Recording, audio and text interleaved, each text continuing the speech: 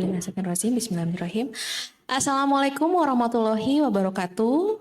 Salam sejahtera untuk kita semua. Namo Buddhaya, Om Swastiastu, salam kebajikan, Rahayu. Selamat pagi, dan kami ucapkan selamat datang di acara Gelar Karya Utama Diskusi Literasi Buku Nagari di Minangkabau, Louis Constant Westeneng, yang diselenggarakan oleh Pusat Budaya Sunda Universitas Padjadjaran, bekerjasama dengan penerbit Pustaka Jaya dan Yayasan Pusat Studi Sunda, didukung oleh Sunda Diji, Mangle, Gapura, dan Yayasan Rancage. Pada kesempatan ini, kami mengucapkan terima kasih kepada Bapak, Ibu, dan rekan-rekan tamu undangan yang telah berkenan hadir serta meluangkan waktunya untuk datang ke Gedung Balai Rumawat Universitas Padjadjaran 23 Juni 2026. Kami juga haturkan terima kasih atas partisipasi dari para tamu undangan atau peserta acara yang tidak bisa hadir langsung di Balai Rumawat dan bergabung secara daring melalui saluran Zoom Meeting. Mari kita buka acara ini dengan membaca basmalah bersama-sama. Bismillahirrahmanirrahim. Semoga Allah Subhanahu wa Ta'ala selalu melimpah curahkan kasih sayangnya kepada kita semua. Bapak, Ibu, dan rekan-rekan, sebelum kita memasuki rangkaian kegiatan hari ini, alangkah lebih utamanya bila kita juga secara khusus memanjatkan doa kepada Tuhan Yang Maha Esa dengan hikmat dan khusyuk. Sejenak, marilah kita mengambil jeda untuk berdoa menurut agama dan keyakinan masing-masing. Berdoa dimulai.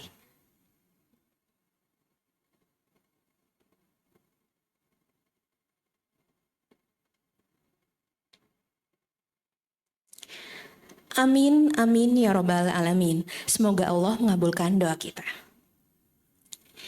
Bagi Bapak dan rekan-rekan, bila ada yang belum memiliki buku karya Louis Constant Westeneng tersebut, bisa mendapatkannya di stand buku penerbit Pustaka Jaya yang ada di selasar Gedung Balai Rumawat.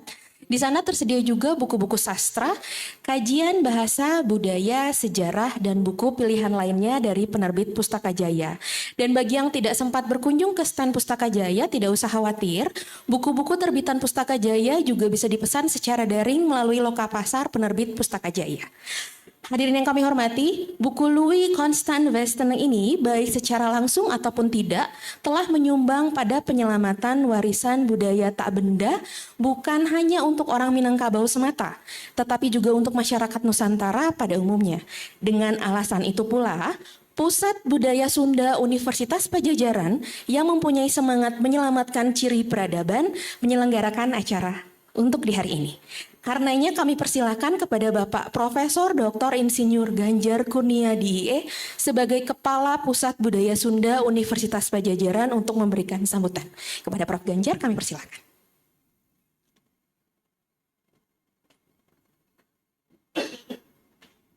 Assalamualaikum warahmatullahi wabarakatuh. Terima kasih atas kehadiran teman-teman di sini dan juga di Zoom. Menurut catatan di Zoom sudah ada juga sekitar 40 orang. Alhamdulillah. Jadi tadi disampaikan kenapa Pusat Budaya Sunda Unpad menyelenggarakan kegiatan ini. Memang karena kegiatan kami adalah salah satunya untuk ikut serta menyelamatkan peradaban. Nah, jadi melalui apa? Melalui catatan-catatan, melalui buku-buku, melalui peninggalan-peninggalan terutama di Tatar Sunda ini. Dan sekarang kita mendapatkan contoh yang paling penting juga dari Nagari. Saya agak dekat-dekat juga nih dengan orang-orang Minang ini. Ya, bukan karena setiap pagi subuh kita kumpul di banyak teman-teman Minang, tetapi memang sudah sejak lama, sejak kecil, sejak muda, kebetulan di rumah saya banyak sekali waktu itu yang kos orang Minang. Jadi telinga saya sudah terbiasa dengan tadi, dengan talempong, dengan saluang, dan bahkan dulu di RRI Bandung itu ada acara khusus, kalau tidak salah setiap minggu sore itu acara tadi lagu-lagu Minang. Dan saya seringkali sampaikan Pak Iskandar ini, saya termasuk yang hafal lagu-lagu Kumbang Cari ya di bawah pimpinan Nuskan Syarif. Jadi masih di sini nih. Ya onde laruik sanjo sinona si gadih mantia dan sebagainya lah, jan suko pai malala. Nah, ya. Saya cukup kenal tahun 72-an kalau nggak salah juga ada grup dari Minang datang ke Bandung yang di waktu itu menyelenggarakan pagelaran di Gedung Merdeka. Saya lupa lagi nama grupnya, Sabainan Alwi kalau nggak salah. Itu diselenggarakan oleh BKMM, Badan Koordinasi Mahasiswa Minang. Nah, kenapa pada hari ini kita berbicara tentang Nagari? Ada buku yang diterbitkan. Bagi saya ini sangat penting sekali karena ini juga bisa menjadi gambaran representasi dari kegiatan dari hal-hal yang berkaitan dengan pedesaan di Indonesia pada saat ini. Jadi supaya jelas apa yang saya pikirkan, saya baca saja. Dan ini tulisan saya, Pak Is. Saya ini kan tidak termasuk pemimpin yang pandai. Kalau pemimpin yang pandai itu mampu membaca pikiran orang lain. Jadi orang lain yang memikir, dia yang membacakan. Kalau saya tulis sendiri, saya bacakan sendiri gitu. Jadi bukan pemimpin yang hebat. Nagari Minangkabau, desa yang tidak sekedar desa, pandangan saya. Nagari dalam masyarakat Minangkabau bukan sekedar unit administrasi pemerintahan.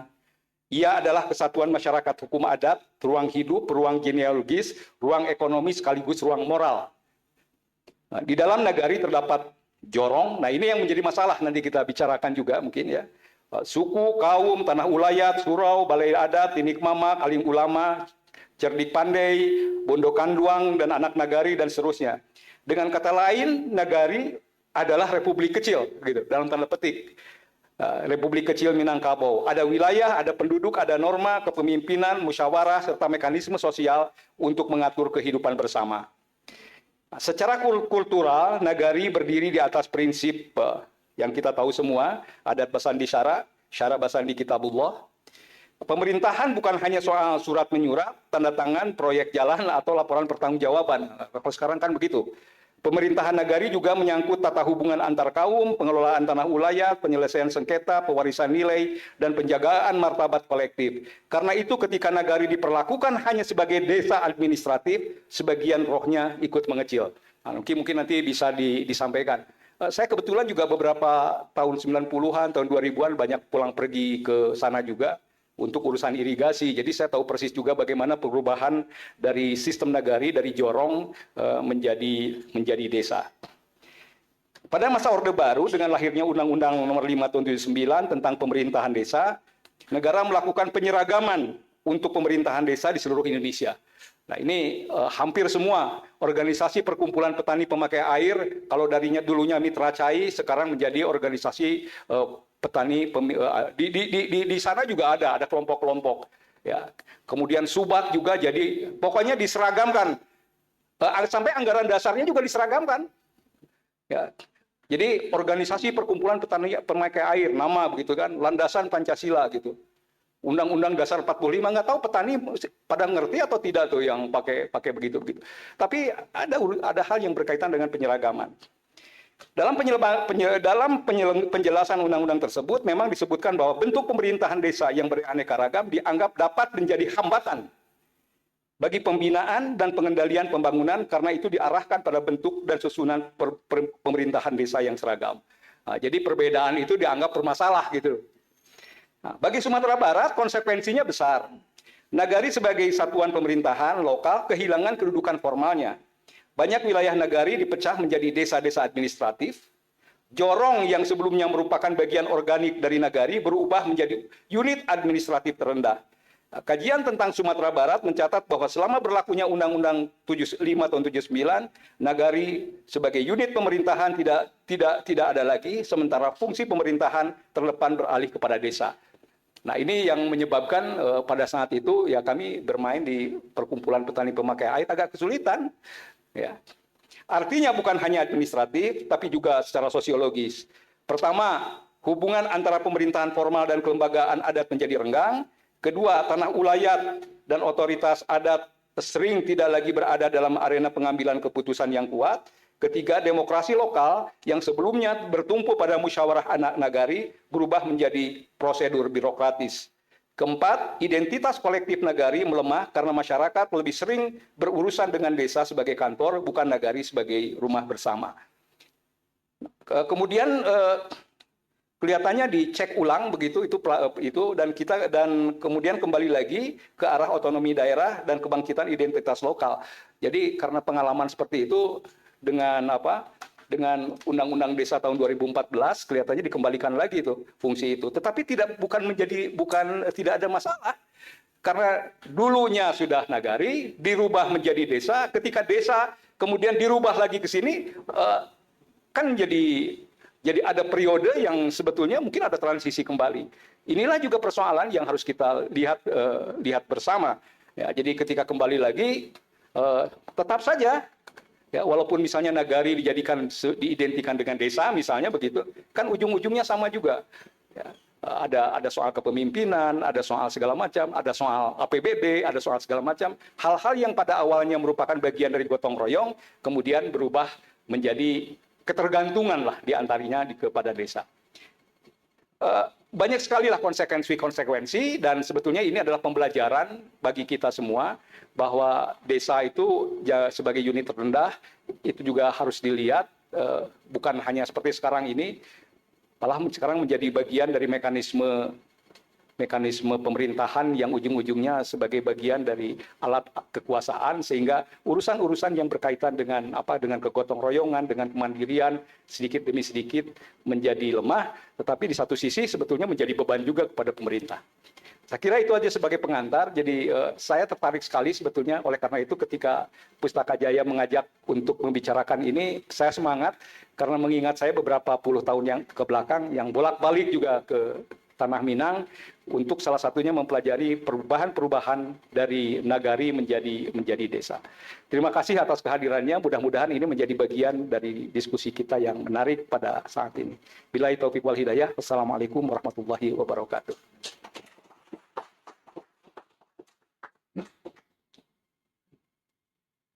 Terima kasih kepada Bapak Profesor Dr. Insinyur Ganjar Kurniadi, Kepala Pusat Budaya Sunda, Universitas Pajajaran yang telah memberikan sambutannya. Bapak, Ibu, dan rekan-rekan sekalian, berikutnya akan kita dengarkan sambutan oleh Bapak Rahmat Taufik Hidayat, selaku Direktur PT Dunia Pustaka Jaya, penerbit buku Nagari di Minangkabau. Kepada Bapak Rahmat, kami persilakan.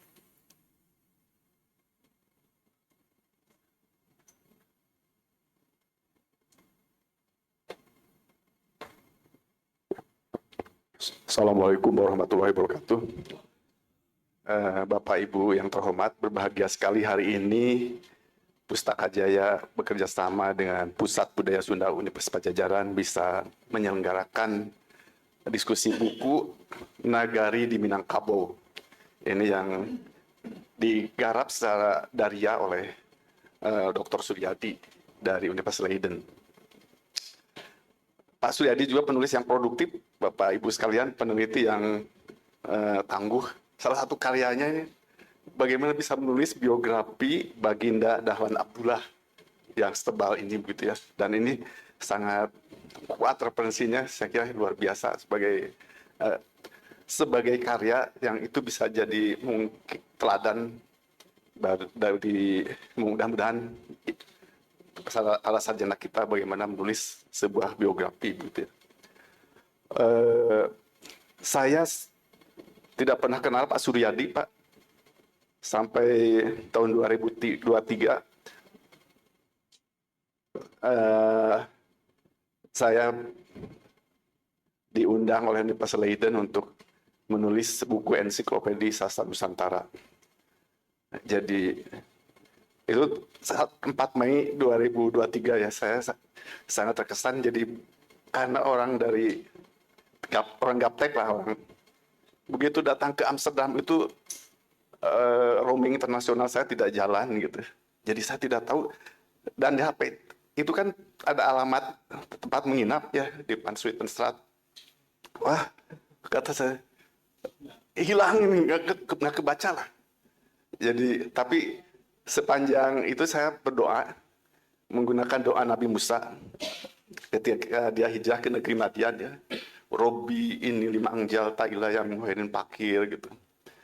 Sambil menunggu bagasi, tiba-tiba, Pak mau kemana? Mau ke Leiden? Sudah tahu tempatnya belum? Naik apa katanya? Naik SS. Sudah tahu tempatnya belum? Belum. Nanti saya antar. Pak Benito waktu itu ngantar saya ke SS, ternyata di bawah bandara itu kan, dekat di di bandara Schiphol itu ya. Itu pengalaman pertama mengalami pertolongan dari Pak Benito. Gitu. Saya naik SS sampai di Leiden, keluar dari Leiden tuh saya buta sekali, kemana saya harus datang gitu, harus menghubungi siapa ya, nggak ada sama sekali.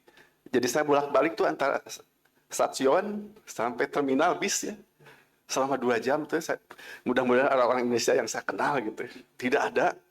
Tapi sepanjang itu saya melafalkan Robbi ini 5 angjal tak ilayah min khair pakir. Karena sudah lelah Pak, perjalanan 2 hari 2 malam kan, transit di Qatar 7 jam ya. Saya kemudian masuk lagi ke stasiun, dilihat ada Starbucks.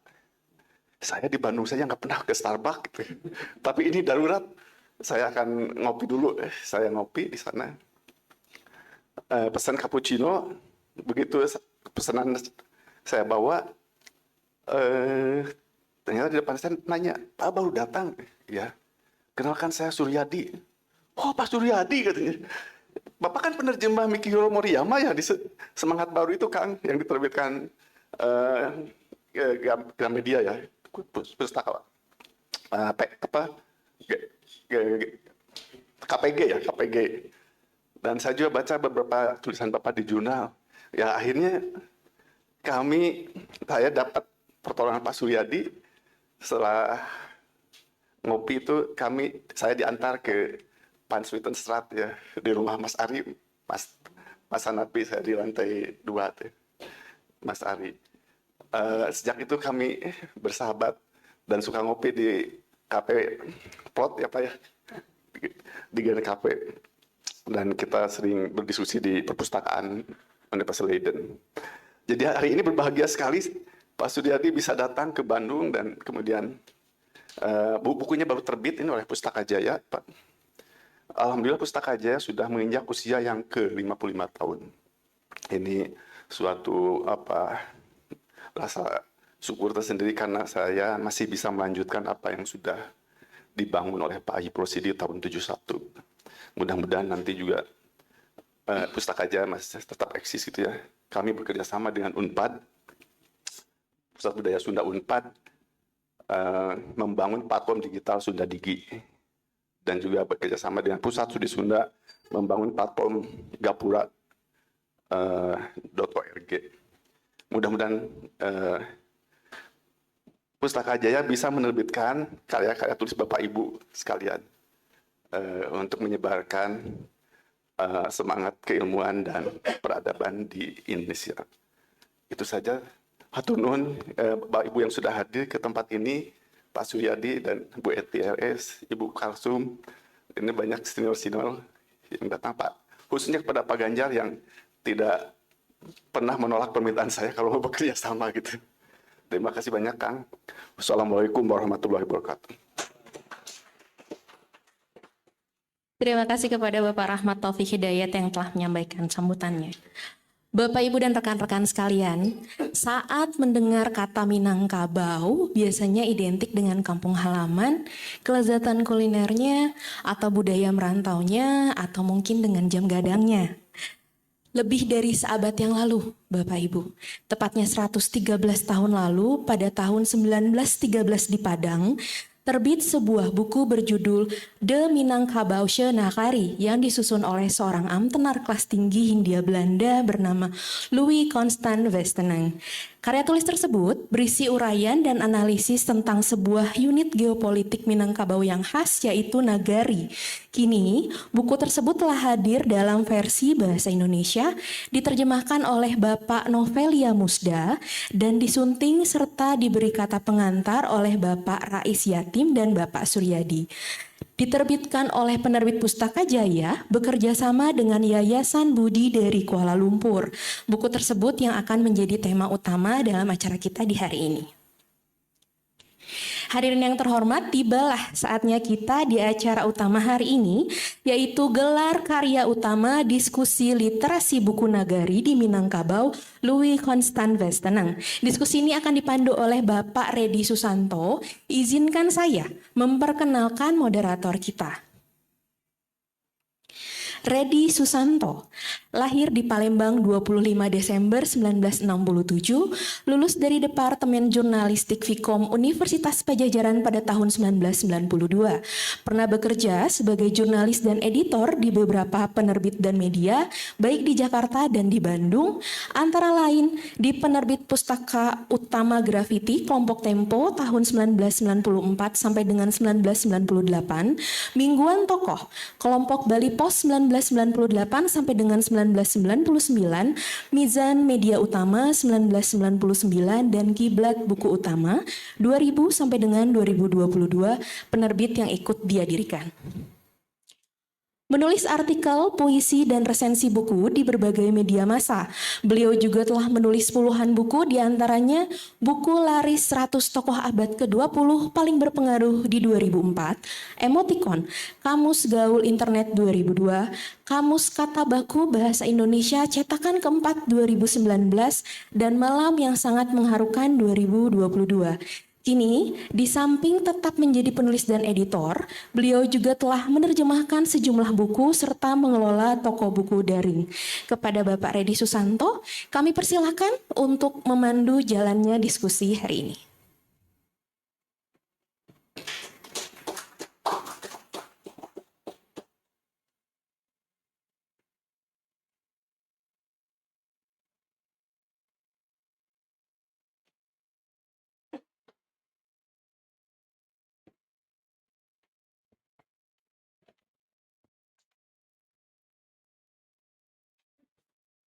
Assalamualaikum warahmatullahi wabarakatuh. Terima kasih kepada pembawa acara yang telah memberikan waktu pada saya untuk memandu acara ini. Tadi sudah disampaikan mungkin tadi pengantar dari Pak Ganjar yang kalau kata orang Minang mungkin munal ya, tadi sudah cukup banyak menggambarkan tentang nagari gitu ya. Kemudian dari Pak Rahmat juga yang menceritakan mengenai Pak Suryadi, biografinya sedikit ringkas. Nanti saya akan mungkin bacakan, tapi sebelumnya saya undang dulu Pak Suryadi untuk tampil ke depan untuk bersama saya untuk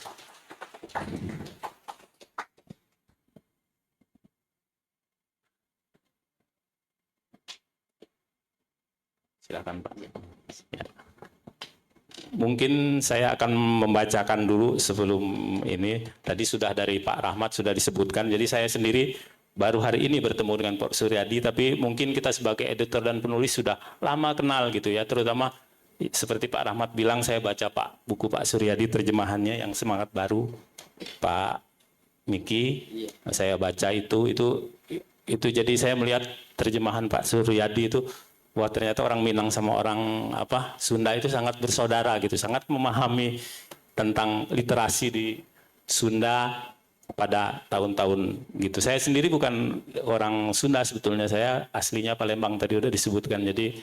Jadi kami di sini mengelola Pustaka Jaya itu dari macam-macam etnis yang kebetulan ada Mas Pur dari Solo. Jadi saya bacakan saja dulu untuk melengkapi. Pak Suryadi ini PhD dari Universitas Leiden pada tahun 2014, lahir 15 Februari 65 di Kotorajo, Nagari Sumur, Nansaparis, Padang Pariaman, Sumatera Barat. Dosen dan peneliti dalam bidang kajian Indonesia dan Dunia Melayu di Department of South and Southeast Asian Studies, Leiden Institute for Area Studies, Universitas Leiden, Belanda, sejak 98 hingga sekarang. Minat akademiknya meliputi kajian naskah Melayu, naratif budaya, dan sejarah Nusantara dan budaya media di Indonesia. Beliau menamatkan sekolah menengahnya hingga sekolah menengahnya di kota kelahirannya Padang Pariaman, kemudian melanjutkan ke Fakultas Sastra Universitas Andalas, selesai pada tahun 91, sempat menjadi asisten dosen di alma maternya, kemudian pindah mengajar ke Fakultas Sastra UI Jakarta, kemudian jadi dosen tamu untuk penutur bahasa Indonesia di Universitas Leiden pada tahun 98 dan menjadi dosen tetap tahun 2001 ya Pak. Tahun 2002 mendapatkan gelar LA, lalu di tahun 2014 mendapat gelar doktor dari Universitas Leiden dengan mempertahankan disertasinya yang berjudul The Recording Industry and Regional Culture in Indonesia, The Case of Minangkabau. Karya-karyanya terbit dalam berbagai jurnal di Asia Tenggara, salah satunya tadi sudah ditunjukkan oleh Pak Rahmat yang sangat menarik, yaitu bagaimana akademisi bisa menulis sebuah biografi yang tentu saja luar biasa ya. Itu di samping tulisan-tulisan lain yang tadi juga disebutkan, ada Rebab Pesisir, Dendang Pauwah, Naskah Tradisi Basimalin tahun 98, Sair Sunur 2004, Sair Lampung Karam 2010, Audible Locality, The Recording Industry in Indonesia and its Approach to Minangkabau Music and Oral Tradition 2020. Kemudian tadi yang disebut Semangat Baru, penerjemahan pada tahun 2005 terbitnya dan 2013. Mungkin itulah tadi biografi ringkas tapi padat ya, panjang sekali karir Pak Suryadi. Kita dalam diskusi ini saya bagi menjadi dua bagian. Yang pertama mungkin paparan dari Pak Suryadi yang kita punya waktu sekitar 1 jam menurut panitia, jadi mungkin 45 menit atau 30 menit lebih. Pak Suryadi akan memaparkan, saya kira banyak hal yang akan disampaikan oleh beliau mengenai isi buku maupun tentu saja tentang Louis Constant Westeneng yang menurut saya ini orang luar biasa ya. 113 tahun yang lalu buku ini terbit pada masa ketika tidak seperti sekarang orang cari data, tapi saya baca luar biasa isinya. Mungkin orang sekarang juga dengan kemudahan data belum tentu bisa nulis seperti itu. Jadi saya persilahkan saja selebihnya kepada Pak Suryadi untuk menyampaikan pemaparannya. Silakan Pak. Ya. Melihat apa saya berdiri di sana. Oke.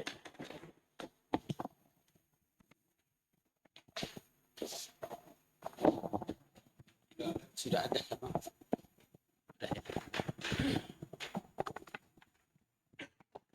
Bismillahirrahmanirrahim. Assalamualaikum warahmatullahi wabarakatuh. Yang terhormat Prof. Ganjar, alhamdulillah saya untuk pertama kali masuk ke kampus Unpad, walaupun banyak teman dari sini, tapi hari ini alhamdulillah saya sudah sampai di kampus Unpad. Terima kasih Prof. Ganjar. Juga terima kasih banyak pada Pak teman kita yang sangat akrab ya, Pak Rahmat, yang sudah memungkinkan acara pagi ini berlangsung. Banyak sahabat yang satu persatu tidak bisa disebutkan namanya, Teh Eti, ya juga Pak Lutfi, sahabat saya yang paling baik, Mas Taufik dan keluarga. Bertemu lagi kita kala ya, dan Pak Hendra juga, terima kasih selama ini kita berkomunikasi lewat Facebook. Terima kasih atas kedatangan semuanya, dan saya juga sangat berterima kasih kepada panitia yang baik dari Pustaka Jaya maupun dari Unpad yang telah memungkinkan diskusi ini terjadi. Sebenarnya kepulangan saya kali ini seperti biasa dalam break semester di Leiden, waktu untuk meninggalkan, yang bisa meninggalkan Leiden untuk sebentar, adalah satu seminar di Semarang yang dalam 3 hari ke depan di UNES, dan satu summer course di Universitas Andalas pada akhir Juli. Tapi seperti biasa undangan dari teman-teman susah ditolak, apalagi dari Pak Rahmat ya. Tapi ini juga kesempatan untuk berkunjung, untuk menikmati suasana di kampus Unpad ya. Saya akan berbicara mengenai buku yang kita diskusikan hari ini secara umum ya. Bagaimana proses terbitnya buku ini dan juga isinya secara umum ya.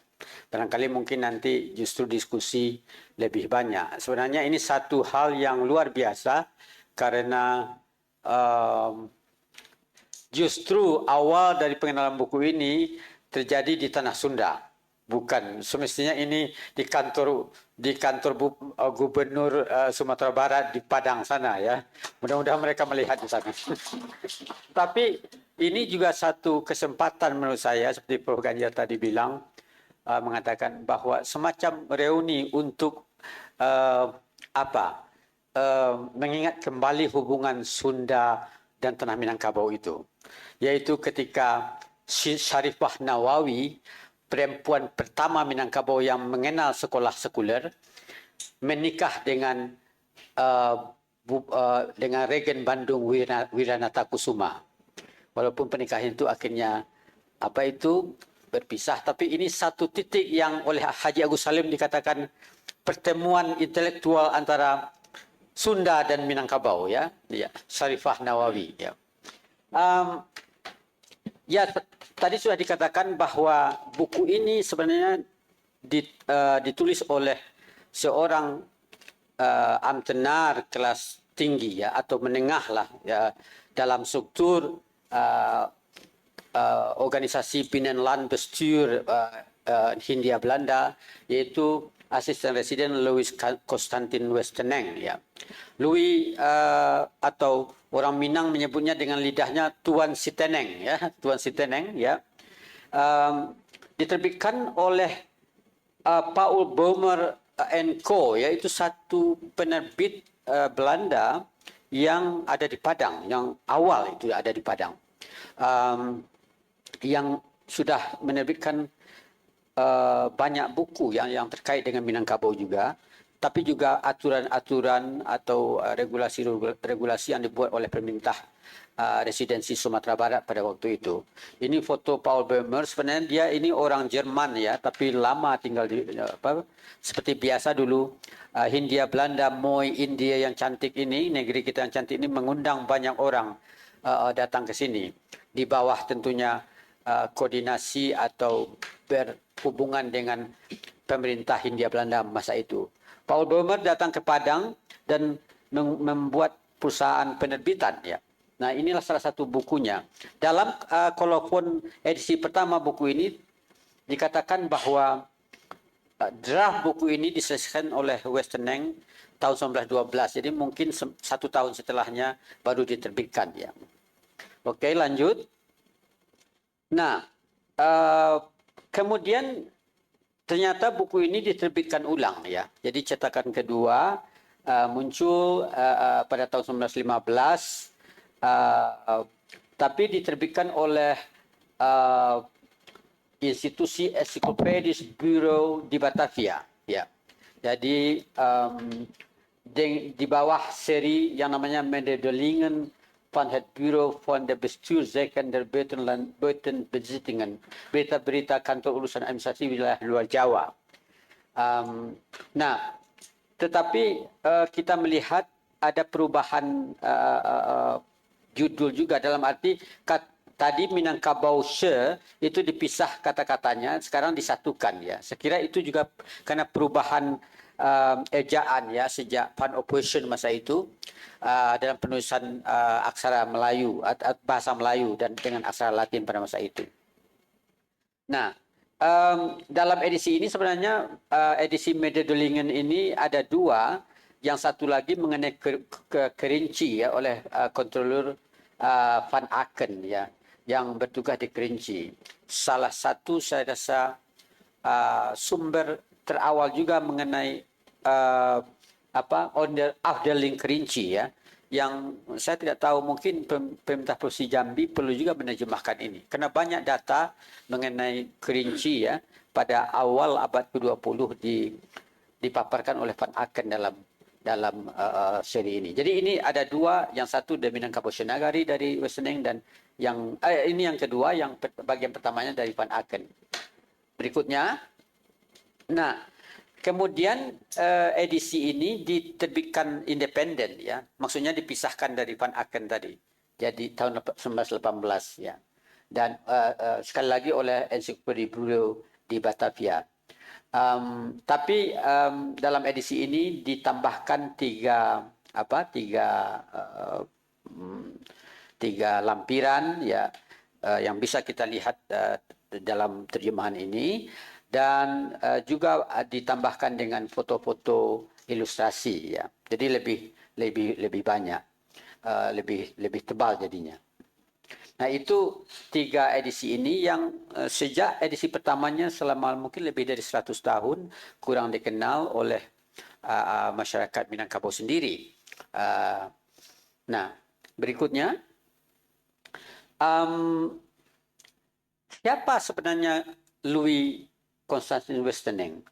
Beliau ini adalah seorang seperti tadi asisten residen yang bermula dari kontrolir ya, tuan kontrolir kalau masa itu. Dia lama bertugas di Sumatera Barat ya, di Sumatera West Coast pada masa itu, dan dia sebenarnya bertugas antara 1897 pertama kali menjejakkan kaki di Minangkabau sampai 1924 ya, sekitar 27 tahun ya berada di Sumatera Barat. Dan dia menjadi kontrolur agam pada 1905 yang sekarang di Bukit Tinggi pusatnya ya, yang masa itu bernama Fort de Kock ya, Fort de Kock sesuai dengan nama benteng pertama yang dibangun oleh Jenderal de Kock di kota itu ketika mereka ingin mengakhiri atau mengalahkan kaum Padri ya, yang kemarin merayakan 100 tahun usianya kota Fort de Kock ya, 1826. Jadi kira-kira sekitar 5, 6, 7 tahun setelah gerakan pemurnian agama dimulai oleh 3 orang haji di Padang, di dataran tinggi Padang pada 1803. Nah, sebenarnya Westeneng ini figur yang agak kontroversial dalam pandangan orang Minang. Kenapa? Di satu sisi dia dianggap asosiatif dengan pembungkaman pemberontakan pajak, pemberontakan belasting. Mungkin Bapak-bapak dan Ibu-ibu mengenal itu ketika terjadi di Kamang ya pada 1908 ketika beliau menjadi asisten residen ya, menjadi kontrolir pada masa itu. Orang-orang Kamang menolak pembayaran pajak dan mereka memberontak yang kemudian meluas ke tempat lain juga ke Manggopoh ya, yang terkenal dengan Siti Manggopohnya. Dan Westeneng mengirim tentara tentunya akan sebagai penanggung jawab kolonial pada masa itu di tingkat residensi di sana. Dia mengirimnya untuk memadamkan pemberontakan itu. Tetapi di sisi lain dia melakukan berbagai kebijakan yang tujuannya adalah bagaimana masyarakat Minangkabau menjadi lebih mandiri secara ekonomi, tapi juga menjadi terpelajar ya. Misalnya dialah yang memperkenalkan pasar malam ya, The Tonstelling yang awal 1906, yang laporannya setahun kemudian bisa kita baca sampai hari ini yang diterbitkan di Batavia, di mana dia memperkenalkan kerajinan tangan masyarakat Minangkabau, hasil-hasil pertanian ya, peternakan dan lain sebagainya. Dan Westeneng ingin supaya masyarakat ekonominya naik begitu. Nah, dan kemudian tradisi pakan malam ini berlanjut dan diperluas sampai ke Solo, ke Kumbuh, ke Batu Sangkar dan lain-lain. Padang Panjang juga dan Padang ya. Banyak kebijakan lain yang dilakukannya untuk mempromosikan Minangkabau. Dialah yang oleh Profesor Gusti Asnan di UNAN disebut sebagai Bapak Turisme Minangkabau, karena pada 1905 ya, sekitar itu dia menulis satu buku tentang pelancongan Minangkabau, 5 Dagen in Padangse Boven London, 5 hari di Padang Darat. Itu satu paket turis seperti sekarang panduan yang dimana turis dari Eropa bisa datang lewat Belawan, lewat Medan, kemudian naik lewat Oto ke Bukit Tinggi dan di sana tinggal beberapa minggu ya. Jadi dengan itu banyak turis datang ke Minangkabau pada masa itu dengan foto-foto yang bagus, yang kemudian diterbitkan lagi di Batavia dengan ilustrasi yang lebih banyak. Jadi dialah yang memperkenalkan Minangkabau sebagai objek pelancongan untuk turisme, untuk pelancong internasional. Western Bank juga mengirimkan beberapa orang untuk bersekolah ke Belanda, ya. Dan juga tidak hanya calon-calon yang akan menjadi pelajar atau mahasiswa, tapi juga orang-orang yang dianggap potensial untuk menggerakkan ekonomi masyarakat. Sebenarnya dialah yang mengusulkan supaya Rohana Kudus dikirim ke Belanda untuk melihat dalam pada masa itu meluaskan pemandangan, ya, bagaimana cara menaikkan ekonomi dengan tenunan dan lain-lain. Tapi keluarga Rohana tidak mengizinkan, sehingga Rohana batal datang ke Belanda. Beberapa orang seperti Dr. Schaaf, ya, ahli mata pertama yang bersekolah ke Belanda itu atas rekomendasi dia. Jadi dia banyak merekomendasikan itu.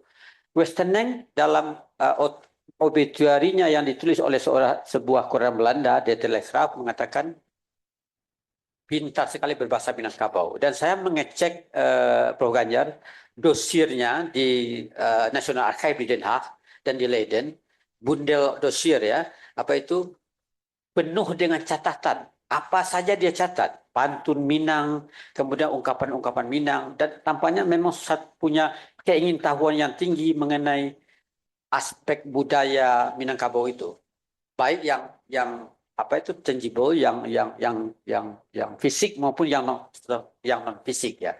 Terutama dalam mempelajari bahasa kiasan Minangkabau itu yang sulit oleh orang asing, ya, untuk diketahui, ya. Nah, dia mencoba itu dan dia sangat antusias dan ingin mengetahui. Dan saya kira buku yang kita baca, terjemahnya kita baca 100 tahun kemudian sekarang, itu adalah satu output, ya, satu hasil dari kontemplasinya atau keingintahuannya yang besar itu mengenai Minangkabau, ya. Dia pulang ke Belanda pada 1925 dan menjadi penasihat, ya, penasihat kolonial untuk mahasiswa kita, yang dari satu sisi juga kontroversial. Karena apa? Dialah yang memata-matai Bung Hatta, sehingga Bung Hatta kemudian dipenjara pada 1927, ya. Tapi dalam satu catatannya dia berkata bahwa dia tidak ingin mahasiswa Indonesia yang pergi ke Belanda itu lupa dengan kuliahnya, pelajarannya, dan kemudian terjun ke politik bebas. Tapi dari sisi kita waktu itu yang ingin merdeka, tentu ini tidak kita terima, kan? Dan sebenarnya ini pandangan kolonialnya yang tetap ingin supaya mahasiswa kita tidak menyinggung-nyinggung politik bebas, kan? Ya. Jadi di situ juga, sehingga akhirnya Bung Hatta kemudian dipenjara, tapi kemudian dibebaskan juga, ya. Jadi di situ kontroversialnya, banyak hal yang positif yang dia tinggalkan untuk Minangkabau, termasuk olahraga pacu kuda, itu dia yang memperkenalkan, yang mempopulerkan, ya. Sport, ya, dan lain sebagainya. Nah, berikutnya, nah, ini satu gambaran yang saya ambil dari arsip Western Bank, ya. Oh, maaf, betapa dia mencatat apa saja saya lihat tentang Minangkabau, ya. Ada sekitar, saya kira 4 dos besar yang di dalamnya penuh dengan catatan-catatan Western Bank yang terkait dengan Minangkabau. Selain dari buku yang kita baca ini, dia menulis banyak artikel mengenai masa pra-Islam di Minangkabau, masa yang menurut saya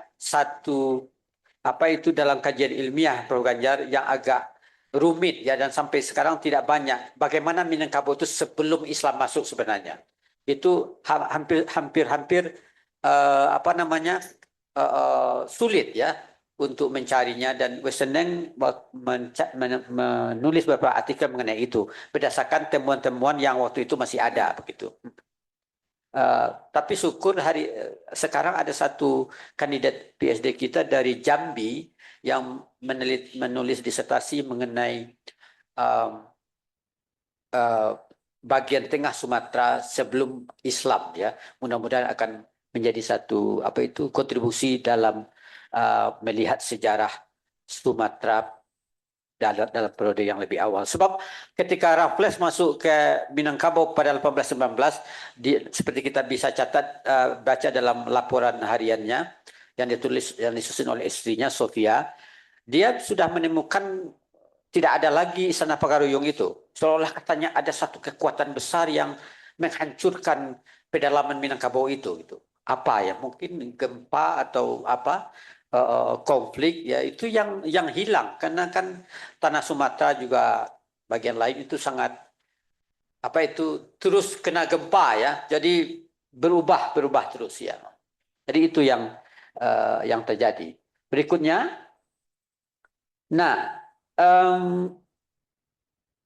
Buku ini wujud seperti yang kita lihat sekarang berkat dari bantuan terutama dari segi keuangan dan sokongan moral dari Tan Sri Datuk Sri Utama Rais Yatim. Ini orang Minang menyebut mamak ya, paman besar, mamak gadang orang Minang di Malaysia, politisi 5 generasi dari zaman Mahathir dulu sampai beberapa tahun belakangan baru pensiun dari dunia politik, tapi masih aktif, yang sangat concern, sangat tertarik terhadap banyak hal mengenai kebudayaan Minangkabau, di mana beliau berasal dari Palupuh ya, dari dekat dengan Bukit Tinggi ya. Jadi melalui Yayasan Budi yang beliau kelola di Kuala Lumpur, dana penerjemahan buku ini diperoleh dan kemudian juga penyuntingan dan sampai pada akhirnya diterbitkan. Penerjemah saudara Novelia Musdas, lulusan Universitas Leiden Master, yang sekarang bekerja di Kementerian Agama di Sumatera Barat, yang menurut saya sangat tertarik ya dengan hal-hal yang bersifat sejarah dalam tulisan-tulisan orang Belanda. Bahasa Belanda beliau bagus penerjemahnya menurut saya, dan oleh karena itu saya terus bekerja sama dengan Novelia. Kemarin saya ngomong-ngomong dengan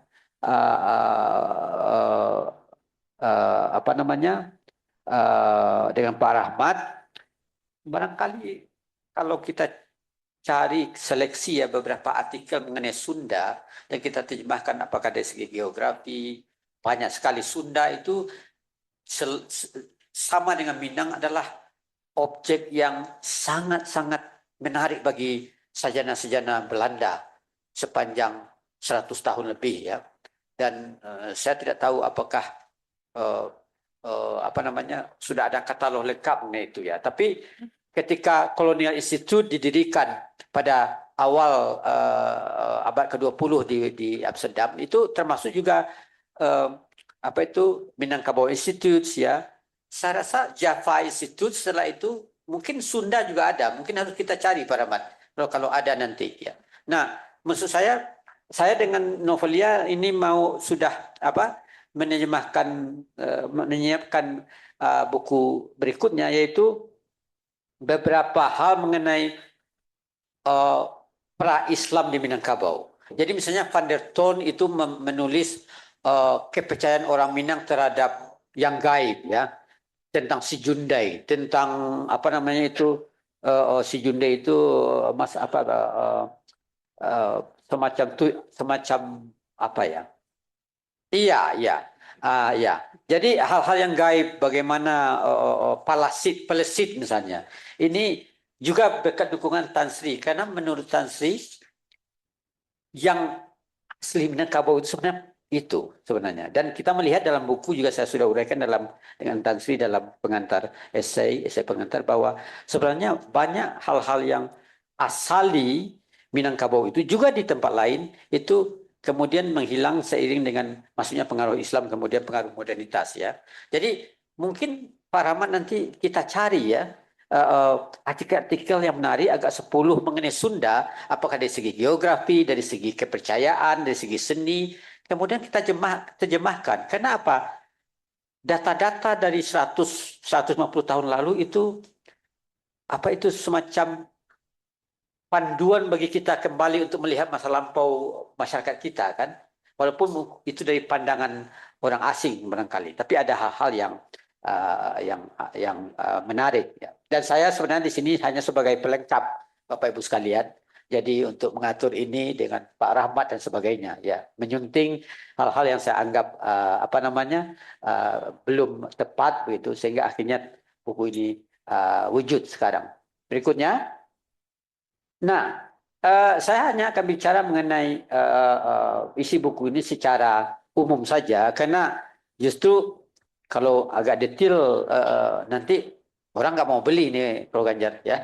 Jadi supaya ingin tahu gitu. Jadi Westerning dalam buku Minangkabau Nagari di Minangkabau, ya, mendeskripsikan, menguraikan unsur-unsur fisik dan non fisik nagari. Tadi Pro Ganjar dengan baik sudah menjelaskan apa sebab nagari itu kesatuan unit politik yang unik, ya, yang fisik ya hanya tanah, ya, tanah, rumah, tapi yang non fisik tadi seperti Prof. Ganjar bilang itu yang paling penting, yang kalau tidak dikodifikasikan oleh Westerning, bayangkan hari ini tidak banyak orang yang tahu. Bahkan kalau saya melihat seperti nanti akan saya singgung juga, banyak penghulu sekarang itu kita tanya apa itu nagari, mereka tidak tahu.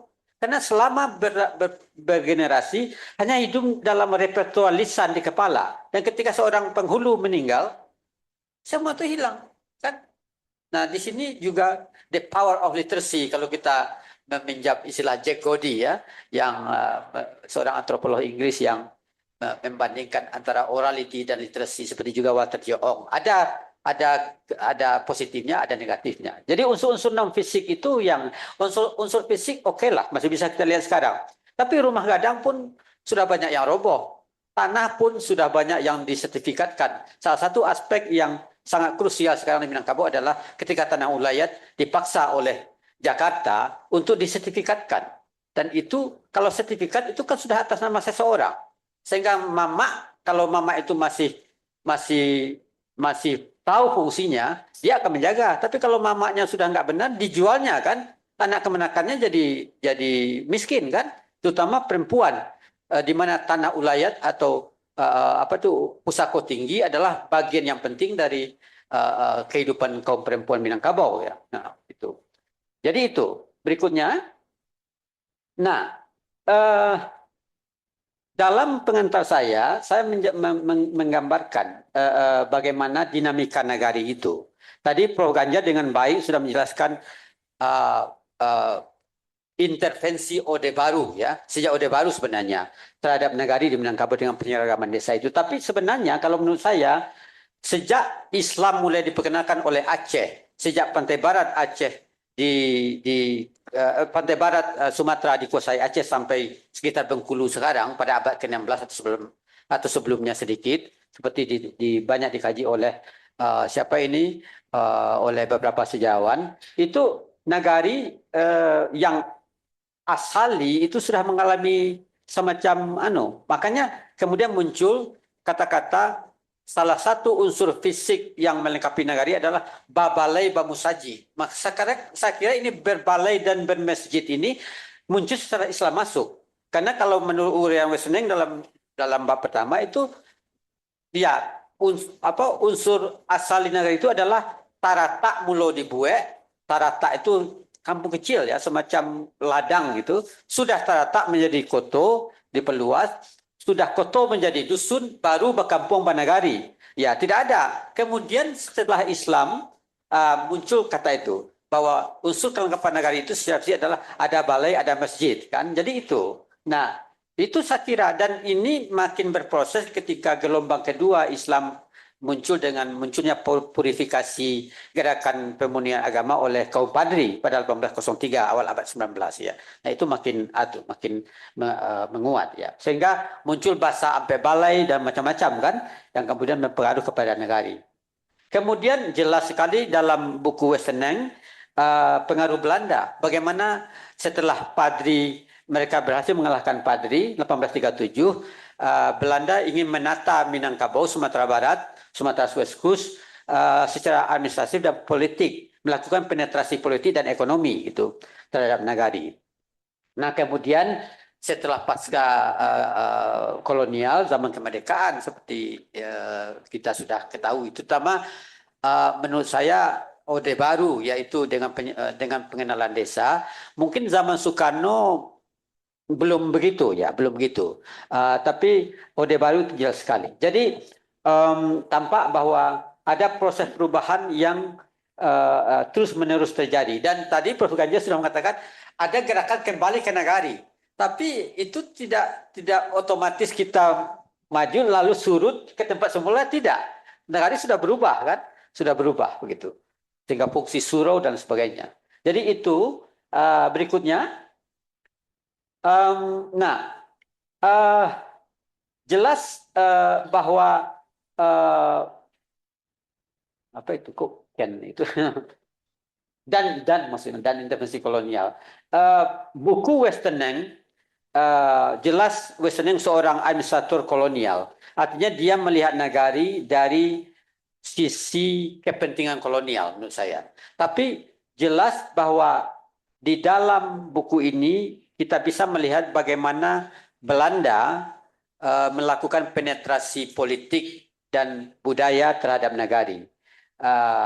Dalam sejarah Minangkabau, ketika institusi seperti Tuanku Demang, Tuanku Laras, ya, penghulu bersurat dibuat, itu sebenarnya satu usaha untuk melakukan intervensi terhadap Nagari, ya. Sehingga bagaimana Nagari yang tadi disebut oleh Prof. Ganjar sebagai republik kecil, ya, itu coba dikontrol karena sebelumnya itu memang mereka independen, ya, ya otonom gitu, ya. Nah, jadi Belanda mencoba mengatur sumber-sumber keuangan Nagari, hukum dan peradilan dengan memperkenalkan misalnya Landrat dan sebagainya, mencoba menciptakan regulasi yang bersifat supranagari seperti diuraikan oleh ini, dan saya kira sampai batas tertentu hari ini gagal dilaksanakan. Jadi seperti ungkapan pada akhir zaman kolonial masih terdengar itu, Balando babenteng basi, Minangkabau babenteng adat. Jadi Belanda itu berbenteng basi, tapi kami orang Minang berbenteng adat gitu. Jadi melawan, ya, dengan adat, ya. Nah, tapi saya melihat di samping usaha melalui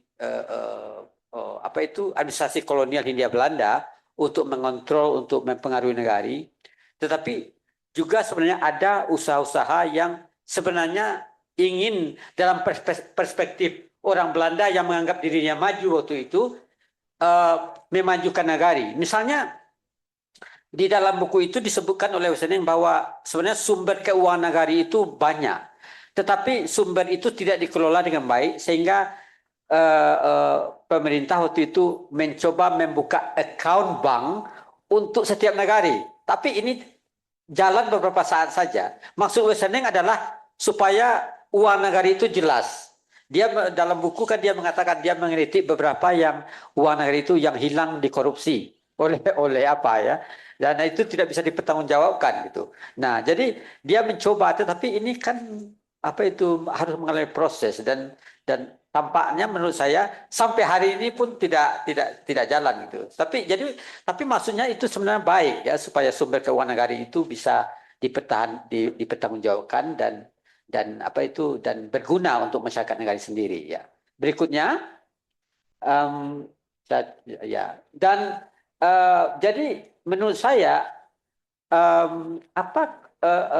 sumbangan positif dari karya Tuan Siteneng ini terhadap Minangkabau, menurut saya Westeneng mencatat dengan cukup rinci, ya, aspek yang fisik maupun non fisik dari Nagari dan kelengkapan sebuah Nagari sebagai unit politik tradisional yang khas Minangkabau, yang sejauh yang saya tahu tidak pernah ada satu penghulu pun yang menuliskannya. Bayangkan kalau buku ini tidak ada, mungkin hari ini kita tidak bisa merujuk apa sebenarnya konsep ideal nagari itu kan. Jadi ini sumbang positif menurut saya yang diberikan oleh Weseneng. Jadi orang Minangkabau sendiri lebih banyak menyimpannya dalam tradisi lisan. Saya masih ingat waktu kecil-kecil Pak Rahman itu kalau penghulu itu sangat lancar menjelaskan ini. Tapi penghulu itu dalam usia 60 tahun atau kadang-kadang lebih sudah meninggal. Dan tidak ada pewarisan ya. Dan saya mengeritik sekarang banyak penghulu, banyak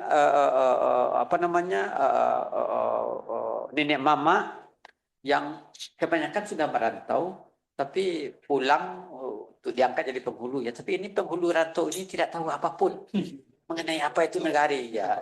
Penghulu rantau ini tidak tahu apapun ya. Ya makanya kemarin waktu ngomong-ngomong dengan Tan Sri Rais dan dengan gubernur, saya katakan buku ini perlu dibeli oleh pemerintah Sumatera Barat dan disebarluaskan kepada wali-wali negari, kepada para penghulu, kepada kerapatan adat negari supaya tahu lagi konsep itu. Konsep negari itu sebenarnya apa gitu. Nah, disinilah menurut saya lepas dari aspek-aspek yang bersifat kolonial dalam buku ini, tapi Weseneng berjasa mencatat ya, mencatat satu konsep geopolitik tradisional yang khas di satu daerah di Nusantara ini yang berkat kodifikasi yang dilakukannya dalam tulisan, kita bisa masih merujuknya sampai hari ini. Dan oleh karena itulah saya dengan Tan Sri Rais Yatim sangat bersemangat ya untuk menerjemahkan buku ini, karena kalau tetap dalam bahasa Belanda itu tidak akan dikenal gitu. Jadi gerakan-gerakan kembali ke nagari sekarang mestinya jangan seperti orang orang berjalan malam hari tanpa arah ya. Ada buku sekarang yang bisa kita lihat ya, kita rujuk dan kita dengan arti bukan kita kembali ke asal, kita mencoba melakukan modifikasi tentunya, tapi ada unsur-unsur yang inti yang mestinya kita tetap pertahankan gitu. Saya kira itu masih ada yang lain atau berikutnya. Ya, saya kira itu urian saya. Terima kasih banyak dan mudah-mudahan buku ini akan bermanfaat tidak saja bagi orang Minang secara khusus, tapi juga bagi kita hari ini, terutama yang berkhidmat dalam bidang humanities dan ilmu-ilmu budaya ya. Banyak unsur kebudayaan kita yang mesti kita catat ya, mesti kita catat. Dulu di zaman kolonial ada seri hukum adat oleh Institut Van Vollenhoven ya. Sekarang adat kita terus mengalami dinamika di Sunda, di Minangkabau, tapi kalau tidak ada satupun jurnal yang mencatat hukum adat sekarang kan mundur kita itu. Zaman kolonial ada, sekarang tidak ada. Jadi ini mungkin menjadi perhatian dari Pak Menteri Kebudayaan ya untuk menulis apa saja yang terkait dengan unsur budaya di setiap etnis ya. Sekian saja. Mohon maaf kalau ada kekurangan. Wassalamualaikum warahmatullahi wabarakatuh.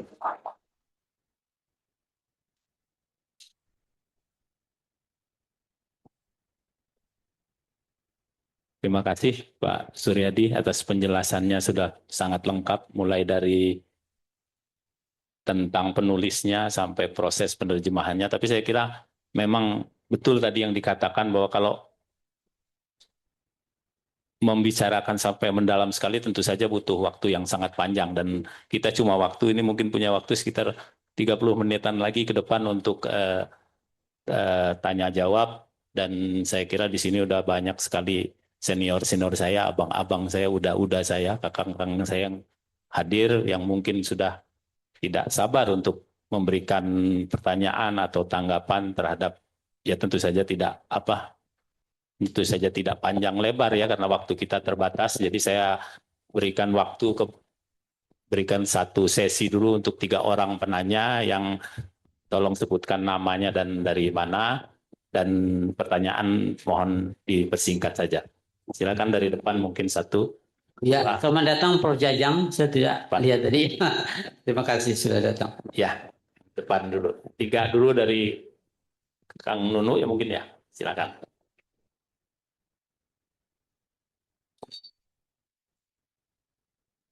Bismillahirrahmanirrahim. Assalamualaikum warahmatullahi wabarakatuh. Terima kasih. Mana ya? Bentar di sini. Saya mendapat kesempatan pertama untuk menyampaikan sesuatu hal ke Pak Dr. Suryadi. Saya dari Pusat Studi Sunda, Jalan Garut nomor 2. Pertama, saya mengapresiasi pakai ini.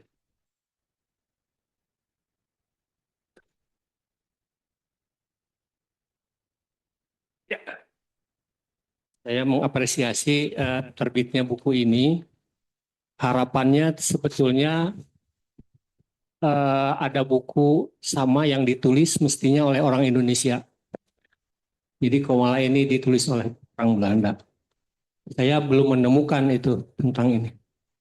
Yang kedua, saya ingin mendapat penjelasan kaitan tentang nagari ini dari Pak Suryadi, karena dalam catatan saya, Pak Suryadi juga pernah membimbing tesis S2 dari UI, Pak, tentang konstitusi Islam di Tanah Minang. Jadi Minangkabau waktu itu punya undang-undang Minangkabau. Nah ini zaman Perang Padri dan seterusnya. Jadi apakah nagari ini sudah masuk di dalam konun asasi tadi begitu Pak? Yang terakhir kepada Unpad dan mungkin dari penerbit, saya kira ini juga kajian untuk bidang lain seperti dari ilmu pemerintahan, saya kira juga mesti hadir di ruang ini, atau mungkin nanti ke depan diadakan hal yang sama untuk mengkaji konsep nagari ini, karena kondisi desa kita memang sudah terkooptasi oleh kepentingan politik praktis, saya kira. Itu yang bisa saya sampaikan. Terima kasih. Terima kasih, Pak. Belakang. Terima kasih. Assalamualaikum warahmatullahi wabarakatuh. Apresiasi yang sangat tinggi mengembalikan pengetahuan kita ke masa lalu. Ya, mengembalikan pengetahuan itu saya mencatatnya bagaimana. Saya Lutfi Ondri, arkeolog peneliti dari BRIN, asli Minang, bukan berdarah Minang. Karena saya asli dari Pasir Luhur, Bukit Tinggi. Ya. Catatan-catatan yang ideal yang dibuat oleh zaman Belanda, di era kolonial Belanda itu merupakan sesuatu hal yang mereka lihat sehari-hari dan kemudian dia tulis dalam bahasa Belanda, yang kebetulan juga Pak Suryadi sampaikan bahwa jarang sekali masyarakat kita yang membuat catatan karena tradisi tulis itu jauh dari bangsa kita, mungkin ya masyarakat kita masa lalu. Jadi saya arkeolog mencoba melihat nilai-nilai luhur ya, mungkin berdasarkan benda-benda arkeologinya, tinggalannya. Jadi contoh kasus kayak Gunung Padang selalu saya dengungkan itu bagaimana nilai luhur yang ada di Tatar Sunda. Masyarakat yang sedikit bisa membangun konstruksi punden berudak sebesar itu. Bukan piramid ya, itu yang saya sampaikan. Itu. Jadi catatan yang dibuat oleh Westeneng ini kebetulan saya waktu skripsi tahun 85 juga mengutip catatan beliau. Dan Westeneng berkacamata dari pandangan Hindu melihat bahwa tinggal-tinggal masa lalu itu dilihat dari kacamata Hindu. Dan ini nilai sosial masyarakat yang ada. Saya melihat sekarang itu konsep apa ya, ada green society, green community disampaikan, didengungkan.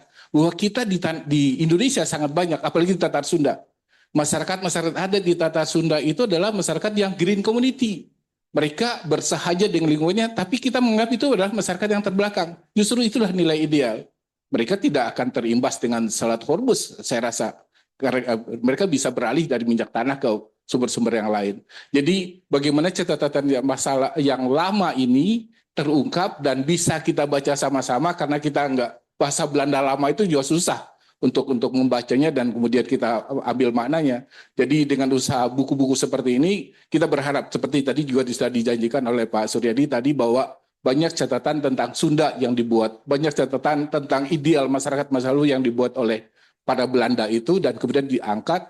Jangan kita lihat Belanda aja lah, tapi kita lihat bagaimana nilai di balik yang dari sisi mereka, tapi ada juga sisi yang ideal yang mereka tuliskan di masa lalu itu. Moga-moga ini makin banyak lagi terungkapkan dan bisa kita bawa ke masa kini, mengembalikan masyarakat kita ke konsep yang ideal. Itu kira-kira tanggapan saya. Terima kasih. Assalamualaikum warahmatullahi wabarakatuh. Terima kasih Pak Lutfi. Yang depan. Baik, nama saya Hendra, Pak. Saya lahir Bukit Tinggi, tapi sejak kecil di Bandung, Pak. Oke. Tadi Pak Suryadi menjelaskan tentang nagari itu kan ada fisik dan non-fisik. Nah, saya ingat kalau nagari secara fisik ya, ada pasar, ada kuburan, ada masjid, ada lapangan, pokoknya macam-macam lah. Itu nagari itu fisiknya. Tapi non-fisiknya saya nggak tahu apa non-fisiknya. Mungkin pengen jelasin juga apa non-fisiknya apa gitu ya. Untuk nagari itu kelengkapannya. Depan sana. Dan kenapa kok harus seperti itu lengkap ya? Ada pasar, ada kuburan, ada sekolah, ada masjid, rumah ada, pokoknya lengkap sekali. Gimana kok sampai mereka bisa buat seperti itu lengkap? Dan apa non fisiknya? Itu saja Pak Suryadi. Makasih banyak. Terima kasih Pak Hendra. Pak. Terima kasih pertanyaan-pertanyaan yang menarik. Kang Nunu, saya kira ya seperti saya katakan cukup signifikan ketika Islam sudah mulai masuk ya ke Minangkabau ya, terutama sekali pada periode ketika gerakan Padri, dan masuknya Islam ini jelas mempengaruhi kehidupan bernagari ya, kehidupan bernagari.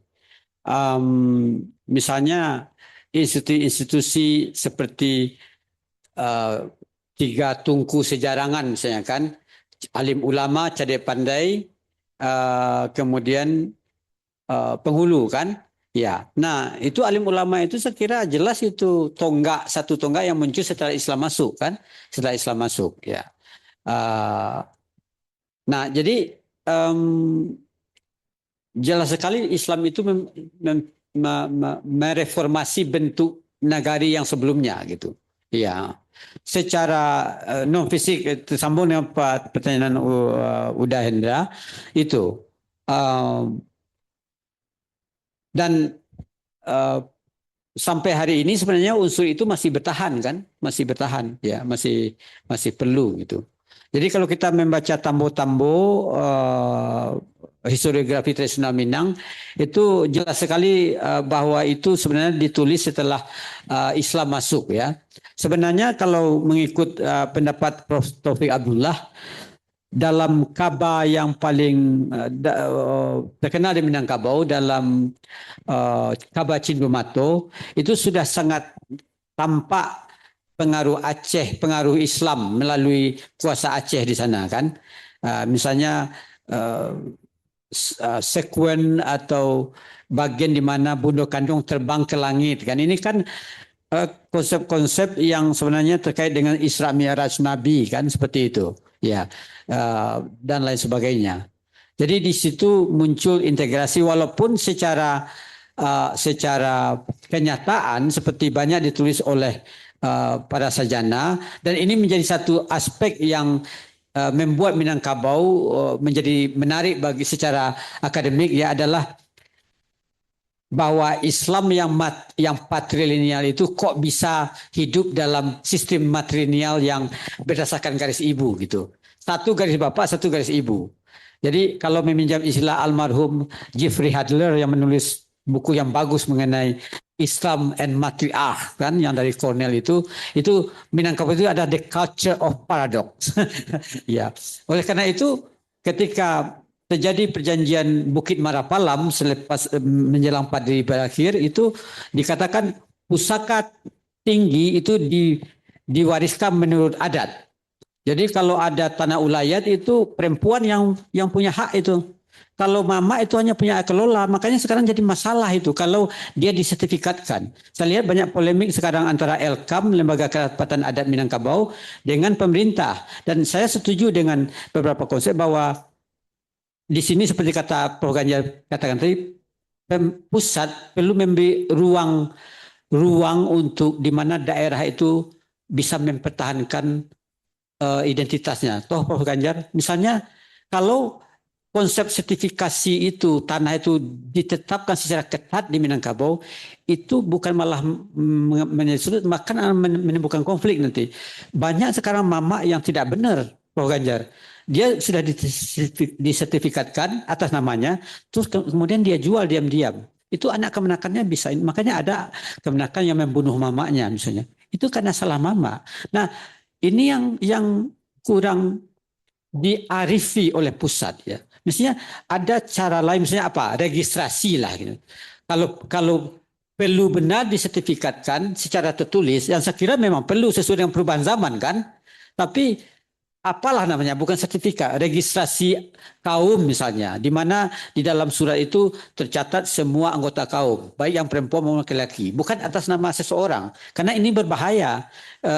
Kalau mamanya benar itu akan tetap tanah ulayat, tanah apa itu pusako akan tetap tapi kalau mamanya jahat, dia jual kan. Nah, itu yang terjadi. Jadi di situ culture of paradox yang menunjukkan bahwa antara Islam dan material itu hidup dalam satu sistem yang seperti orang mau bertanding, Pak Rahmat, di atas ring itu tetap siaga satu sama lain. Dan ini tampak sekali kan dalam banyak hal dalam kehidupan orang Minangkabau, dan menurut beberapa orang antropolog seperti Susi Kato, seperti yang lain-lain, Muhtar Naim juga. Salah satu ini saya tahu Pak udah Lutfi, apakah kita bisa berefleksi juga mengapa orang laki-laki Minang itu banyak merantau? Karena tidak secure di kampung. Kami laki-laki ini punya tanah luas, tapi kami hanya bisa melihat-lihat saja.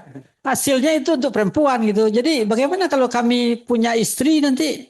Ya oke, istri juga punya mamanya sendiri kan. Tapi kan itu, dan ini bertransformasi sehingga melahirkan keluarga-keluarga batih, nuclear family yang dirantau kan. Walaupun hubungan dengan kemenakan kadang-kadang masih ada, tapi satu konsep ideal kalau kita membaca. Nah ini pentingnya buku Weseneng kan, bahwa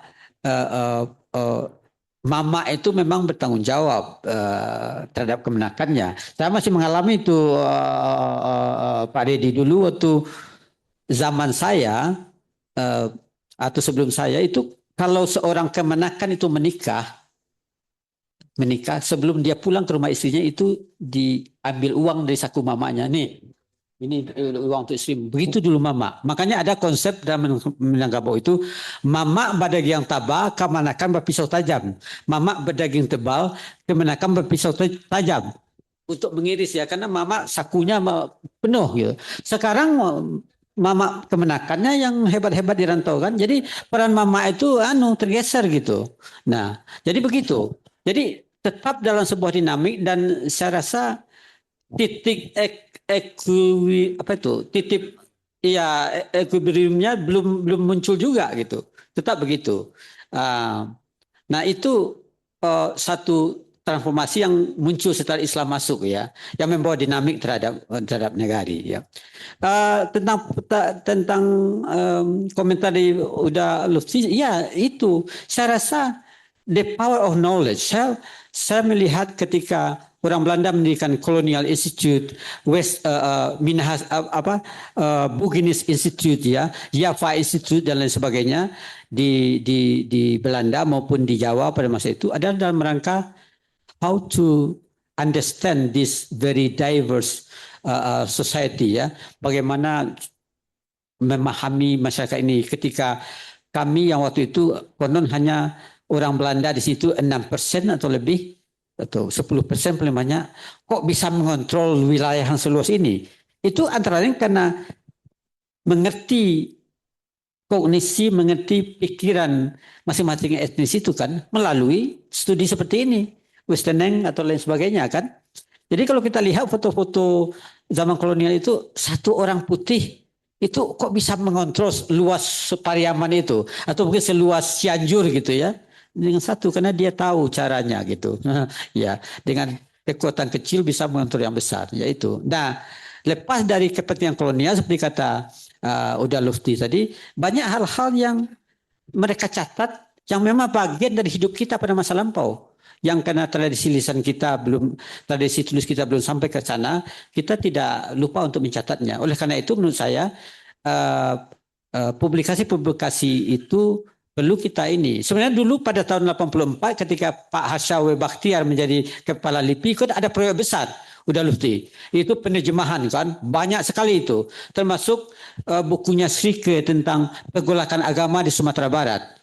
Yang kita lihat itu sangat. Jadi ketika Islam masuk Kanunu, itu muncul berbagai polemik sebenarnya dalam masyarakat Minangkabau.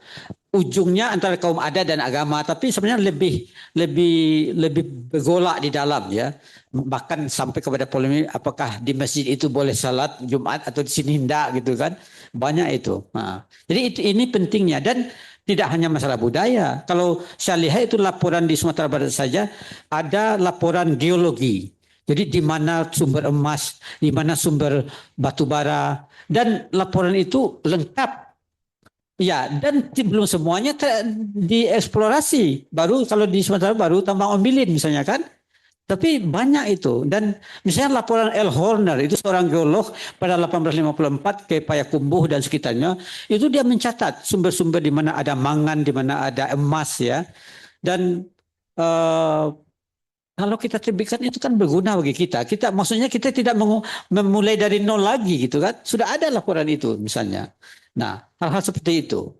Nah, tentang non fisik tadi Uda Hendra, saya rasa ya seperti tadi misalnya bagaimana hubungan antara wali nagari dengan nenek mama misalnya kan. Sebenarnya tadi sudah dikatakan bahwa dulu wali negara itu dipilih secara musyawarah dan mufakat kan. Ya, saya waktu masih kecil itu masih melihatnya Pak Reddy. Jadi misalnya ini ada orang-orang ini siapa ya yang patut, dan mungkin kan. Misalnya Prof Ganjar, begitu. Sekarang voting seperti pemilihan presiden. Apa yang muncul? Dua jorong Prof Ganjar itu berkompetisi satu sama lain. Yang satu kandidatnya, yang satu ini. Nah, kalah yang ini marah kepada yang ini. Jadi muncul konflik. Konflik akibat penerapan sistem demokrasi terhadap pemilihan wali negari. Nah, ini saya lihat Elkam sekarang sudah mulai mengevaluasi ini. Ini tidak baik untuk kehidupan bernegari. Jadi kembali ke mufakat ya, nan patui yang menjadi wali negara ya, itu musyawarah ya, bukan melalui voting sebagainya. Nah, hal-hal seperti itu misalnya unsur-unsur non fisik ya, apalagi tentu saja terkait dengan fungsi dari wali negari dalam hal mengatur pesta perkawinan, perjodohan, selama itu kan ini yang non fisik, yang dulu itu sangat mengatur, sangat fungsional dalam harmonisasi kehidupan bernegari kan. Misalnya dulu tidak semua orang bisa masuk senegari karena ada konsep tiok lasuang bayam gadang kan. Salah tampuh boleh diambil. Jadi negara itu adalah negara independen. Tiap lesung tahu kan. Ada ayam besarnya, ada ayam jantannya. Nah, orang negara lain itu jangan sembarangan masuk. Harus minta izin dulu. Ya, itu. Itu unsur-unsur yang non fisik yang sekarang karena kata melereng, kata berkias itu makin lama makin habis. Nah, muncul konflik. Sebenarnya konflik itu menurut saya adalah ketika unsur-unsur non fisik ini terdegradasi, Pak Hendra. Sehingga muncul konflik gitu. Nah, ini yang dalam uraian Wesening dalam buku ini itu cukup diuraikan kan, cukup bagus diuraikan gitu. Jadi jelas kalau tidak dicatat unsur-unsur non fisik ini hilang dalam tradisi lisan kan. Oleh karena itu saya kira pentingnya buku ini adalah bahwa mencatat unsur-unsur seperti itu, legenda-legenda dan lain sebagainya ya. Itu. Saya kira untuk sementara, ya. Terima kasih. Habis waktu. Oh ya, saya kira masih ada waktu menurut panitia. Saya tadi yang di depan satu lagi saya bisa. Belakang mungkin saya minta. Nih, yang sebelah kanan, ya, Bapak.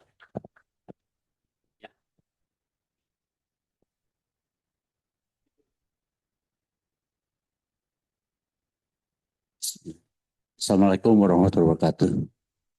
Eh, saya mungkin hanya memberikan tanggapan saja. Memang sebaiknya acara-acara begini untuk sering diadakan dalam rangka silaturahim Nusantara dan diketahui oleh potensi-potensi daerah Minangkabau dan yang lain-lainnya. Karena itu sangat penting untuk rakyat Indonesia. Segala potensi sumber daya alam ini harus diketahui oleh masyarakat Indonesia, termasuk oleh suku-suku bangsa yang ada.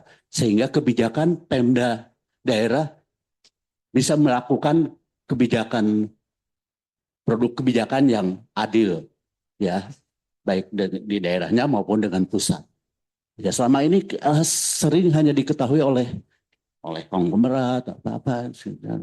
Nah, barangkali bisa kerjasama dengan dinas pendidikan atau dinas Kementerian Kebudayaan.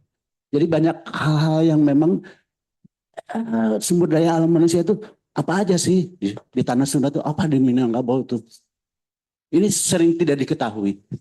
Sehingga sumber daya alam tiba-tiba sudah dikeruk oleh sekian. Tiba-tiba sudah dikeruk oleh. Jadi penjajahan ekonomi terus berlangsung sampai sekarang. Jadi mudah-mudahan ini sebagai bagian dari mencerdaskan bangsa. Mungkin ke depan ada ensiklopedia Nusantara misalnya yang bisa diketahui oleh dari anak SD, SMP, SMA dan sebagainya. Sehingga ada pencerahan, ada pengetahuan ya daripada anak didik bangsa Indonesia ini.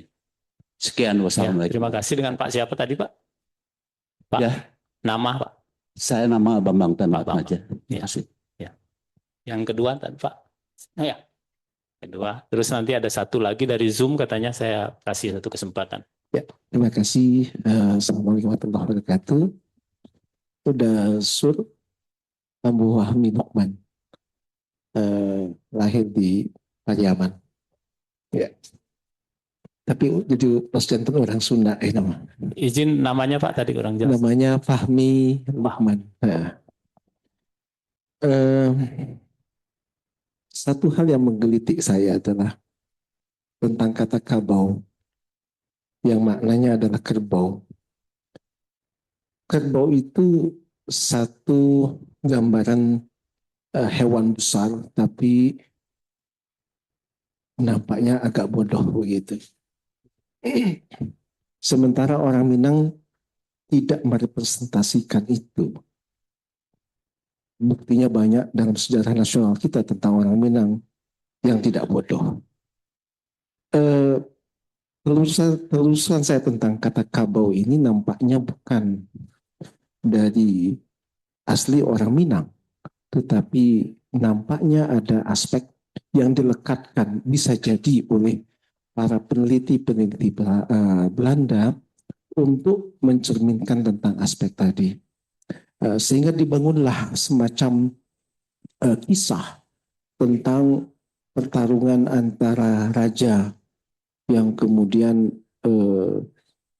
pertarungan kerbau, yang satu adalah kerbau besar, yang satu anak kerbau yang masih mencari air susu ibunya. Sehingga muncullah katanya dari situ kata Minangkabau.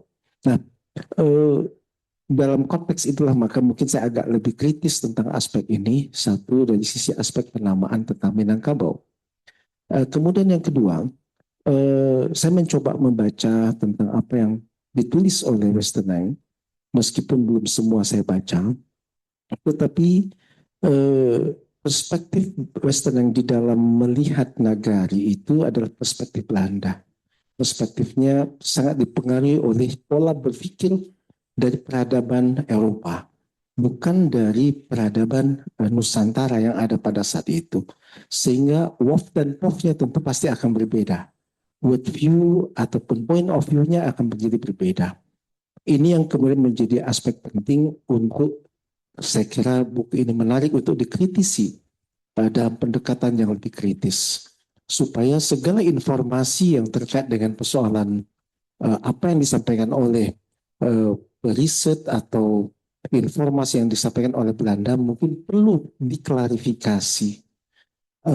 Kenapa sebabnya? Karena belajar juga dari apa yang ditulis oleh Snoek Horgronye di dalam konteks menjelaskan perjalanan Islam di bumi Nusantara. Indonesia belum ada pada saat itu. Indonesia baru ada 17 Agustus 1945. Jadi sebelum itu bukan Indonesia.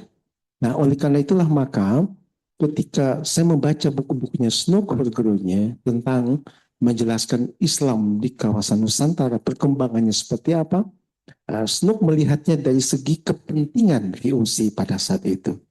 Kepentingan kolonial, bukan dalam kacamata yang lebih objektif. Nah, nampaknya dalam konteks ini, saya melihat tentang nagari di Minangkabau, perlu ada kajian kritis tentang aspek itu. Terima kasih. Ya, terima kasih. Tadi saya kasih waktu satu untuk Zoom ya, satu lagi. Yang dari Zoom ada tadi.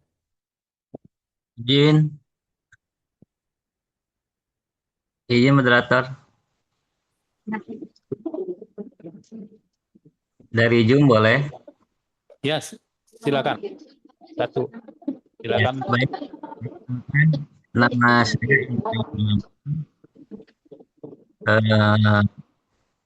konsentrasi doktor saya ilmu sosial. Pertama yang menjadi orientasi dalam menyimak pertemuan kali ini bagaimana bisa mewujudkan tatanan sosial lewat kebudayaan. Namun dalam historis kajian disertasi saya, yang menjadi kendala itu adalah di sistem pemerintahan. Sehingga tadi yang disampaikan dalam sambutan Prof. Ganjar itu salah satu contoh di mana budaya terbatasi oleh sistem yang tersentralisasi kekuasaannya. Maksudnya begini, untuk tindak lanjutnya kami sebagai generasi muda yang konsen pada budaya, bisakah tercipta konsolidasi antar akademi kebudayaan, misalkan kajian kebudayaan. Di sini kan sudah terbentuk ada pusat studi Sunda, mungkin nanti ada pusat studi Minang, begitu juga Betawi dan lain sebagainya, untuk mengetahui kerangka hubungan tatanan sosial dari setiap budaya yang ada di Indonesia begitu. Nah, maksudnya ketika sudah diketahui pola budaya yang bersifat non benda itu, diketahui bahwa ini efektif menciptakan tatanan sosial, itukah yang diperlukan untuk referensi perubahan ke depan. Artinya dimohon mungkin dari tindak lanjut ini ada konsolidasi antar studi begitu Pak. Studi Sunda ini sudah dipelopori dengan Minang, kemudian nanti tercipta mungkin perhimpunan studi budaya nasional pada akhirnya gitu Pak. Nah, langkah-langkah ini dimungkinkan nggak untuk dilakukan, mengingat kita sudah memiliki sistem pemerintahan yang secara fungsi sebenarnya ada kekhawatiran ketika budaya berdiri secara mandiri Pak. Karena nanti kaitannya dengan otoritas kekuasaan yang harus didistribusikan baik melalui otonomi daerah atau melalui otonomi daerah khusus gitu, yang sebagai konsekuensi ketika budaya berdiri secara mandiri gitu. Nah, kaitan ini sebagai peneliti atau akademisi, langkah-langkah apa yang perlu kami tunggu nih dari tindak lanjut pertemuan kali ini.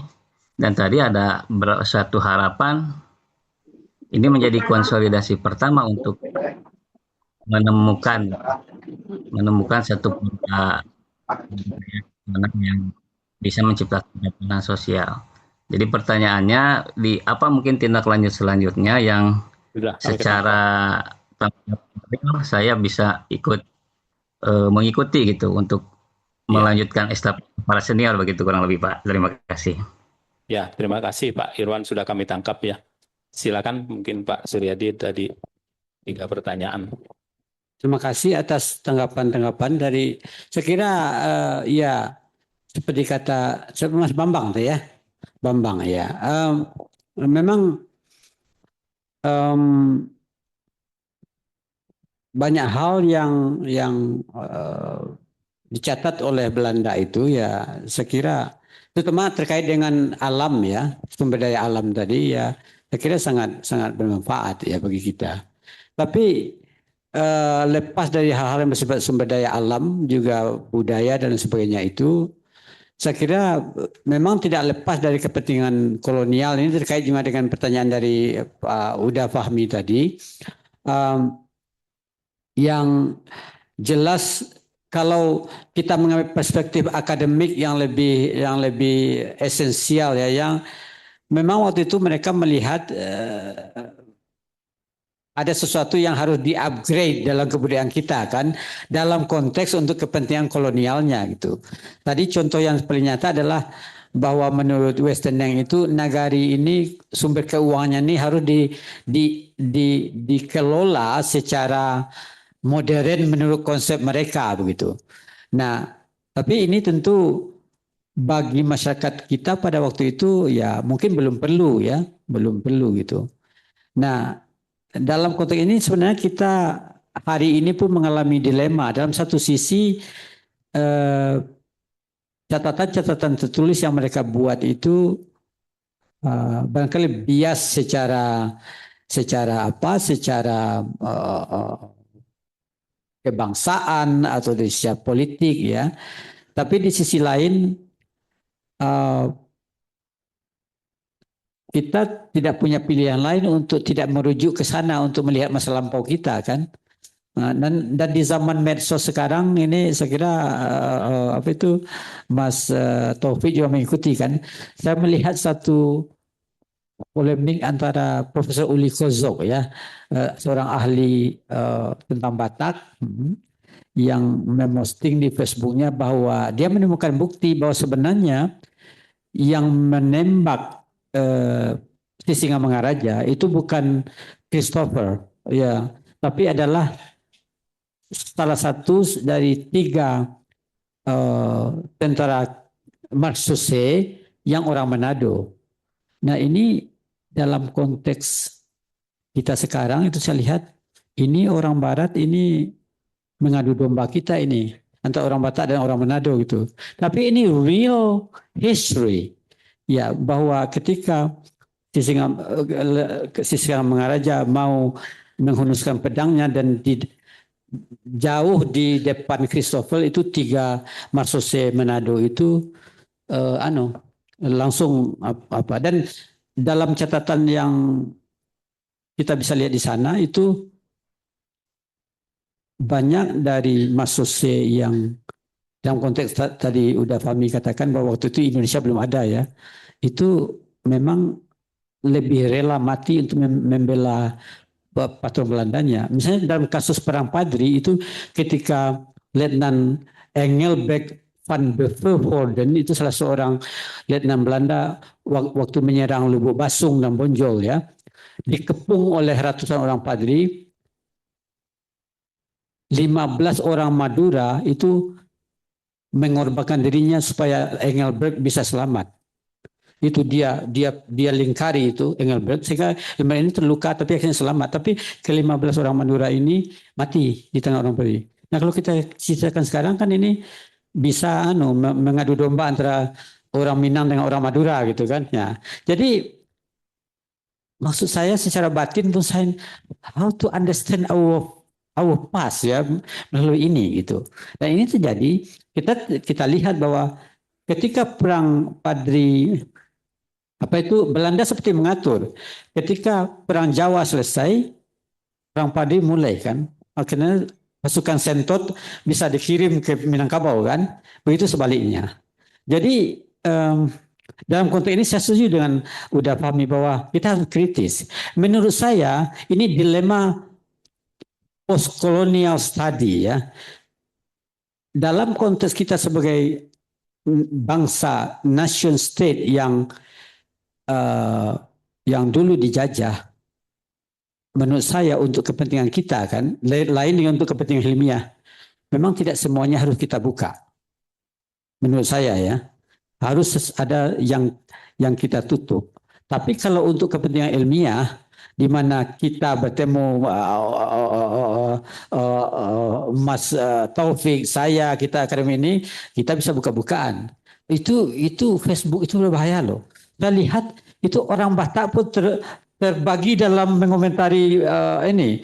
Yang satu bilang ini kenyataan sejarah, kita harus terima. Tapi yang lain bilang, oh ini dibuat-buat, ini memecah kita sebagai bangsa antara orang Batak dan Manado gitu. Nah, kalau kita lihat bukti pada masa itu lebih banyak lagi yang seperti ini.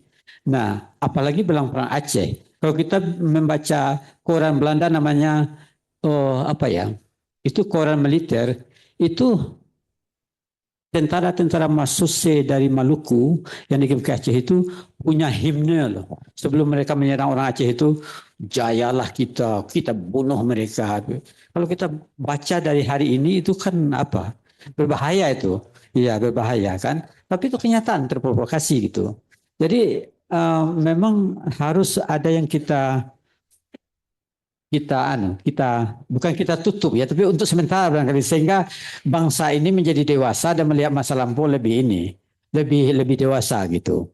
Nah, saya setuju dengan udah Fahmi bahwa jelas dalam buku ini kita melihat bagaimana intervensi Belanda untuk menguasai aura fisik maupun terutama sebenarnya non fisik dari negara seperti yang udah Hendra tadi. Dengan penghulu bersurat itu kan cara mengontrol. Kalau udah Hendra saya kasih sebagai residen di Padang, memberi udah Hendra penghulu diangkat oleh residen Sumatera Barat, itu kan gunanya supaya udah Hendra bisa menekan warga negari udah untuk ambil pajak kan?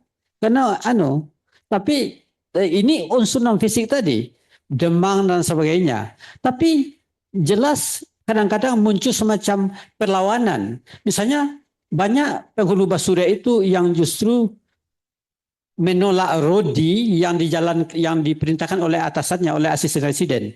Jadi dia berpihak kepada rakyatnya sehingga muncul konflik itu. Tapi di sisi lain muncul itu dia menjadi tangan paling bawah dari kekuasaan kolonial untuk mengontrol warga negari kan. Jadi ini yang terjadi pada masa itu dan ini terjadi di mana-mana pada masa itu. Jadi saya rasa perlu saya setuju bahwa kita perlu mengkritisi hal-hal yang ditulis oleh sejarah-sejarah Belanda ini. Tetapi seperti saya katakan lepas dari itu bahwa unsur-unsur yang dia deskripsikan yang kalaulah tidak ada itu kita kehilangan segalanya. Ya kita kehilangan jejak gitu. Di situ satu hal yang perlu kita apresiasi positif dan saya kira dalam konteks postkolonial studies gerakan ini sudah muncul kan sebenarnya terutama dalam kajian sejarah dan lain sebagainya ya. Terkait dengan pertanyaan tadi ya saya menangkap bahwa sebenarnya memang kalaulah kita tidak, maksud saya founding fathers kita juga dalam posisi yang paradoks sebenarnya. Dari satu sisi generasi Hatta, Soekarno itu ingin merdeka dari Belanda. Tapi di sisi lain mereka langsung menerapkan demokrasi ala Barat. Kan? Kita salut dengan misalnya dengan Iran itu kan. Dengan konsep Ayatollah, dengan konsep itu kan mereka punya sistem pemerintahan yang unik ya. Yang bukan Barat tapi dan sebenarnya kalau kita mengkaji banyak aspek sekali lagi yang non fisik tentang sistem pemerintahan kerajaan-kerajaan atau bagian dari bangsa kita Nusantara ini banyak yang mestinya dulu kalau kita sadar ya bisa kita terapkan. Misalnya menurut saya salah satu konsep yang sangat unik itu adalah sistem pemerintahan kerajaan Buton. Buton itu mengenal pemerintahan pusat tapi dia mengenal apa yang disebut sebagai wilayah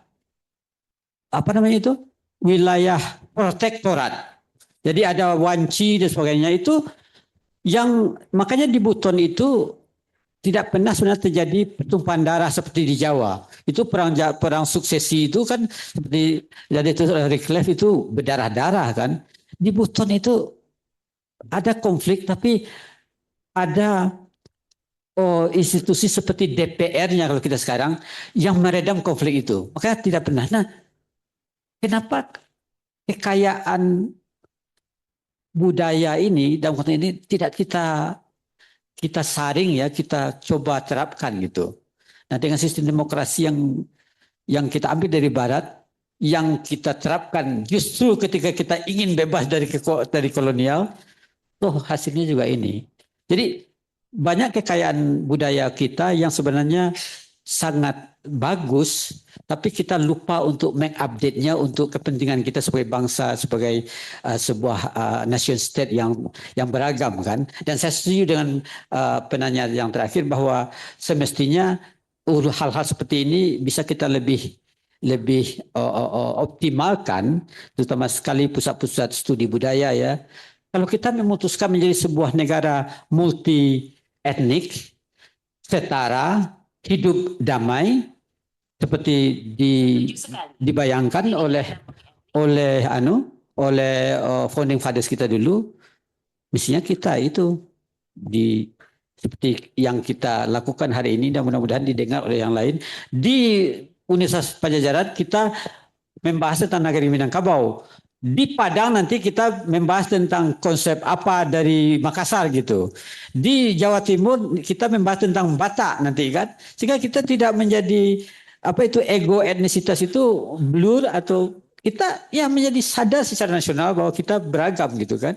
Ya, banyak hal sebenarnya yang bisa kita lakukan kalau pemerintah kita itu punya visi ke depan menurut saya yang membuat generasi setelah kita ini meninggal makin sadar tentang kesatuan nasional itu. Misalnya kenapa kita tidak membuat banyak duit kan melalui MBG segala macam kan. Misalnya kenapa anak SMA di Bandung tidak kita lakukan dana dari Kementerian Pendidikan melakukan studi tour ke Sorong misalnya. Mereka mengerti di sana bagaimana kehidupan orang di sana kan.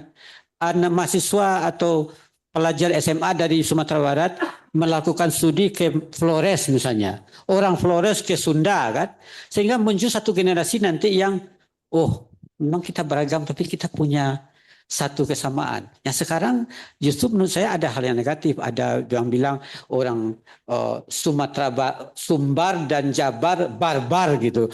Nah itu kan menurut saya itu secara tidak langsung justru mengurangi kohesi nasional kita kan.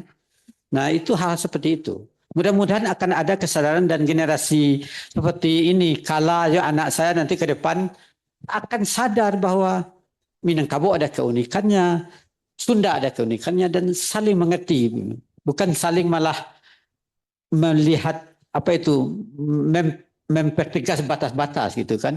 Kalau kita memang memutuskan atau meneruskan ide-ide Soekarno-Hatta dan generasinya gitu. Begitu saja menurut saya. Ya, mudah-mudahan akan berlangsung. Ya.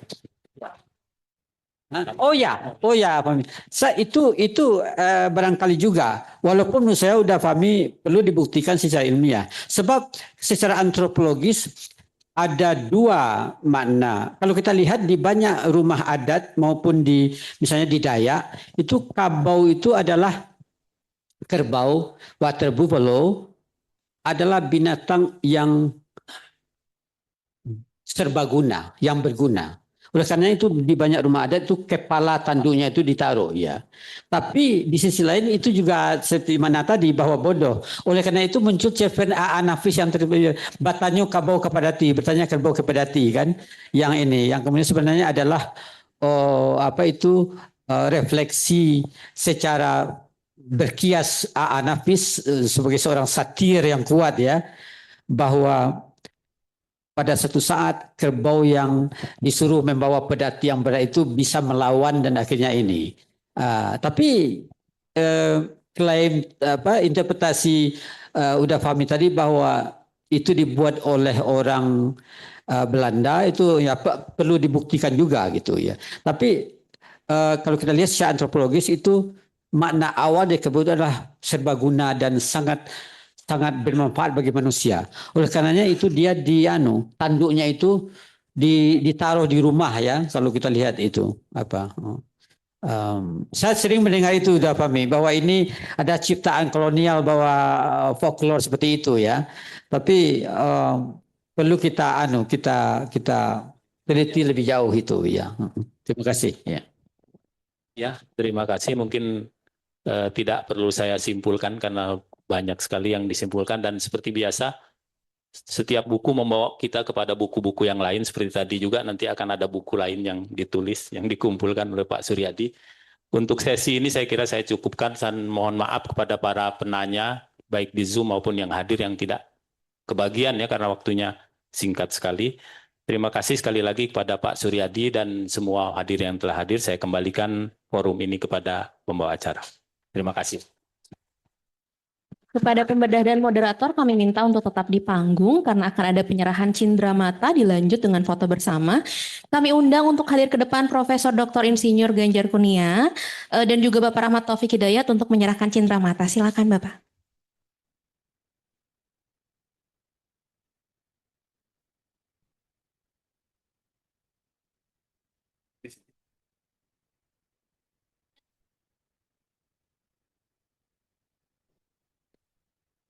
Bapak ini dulu.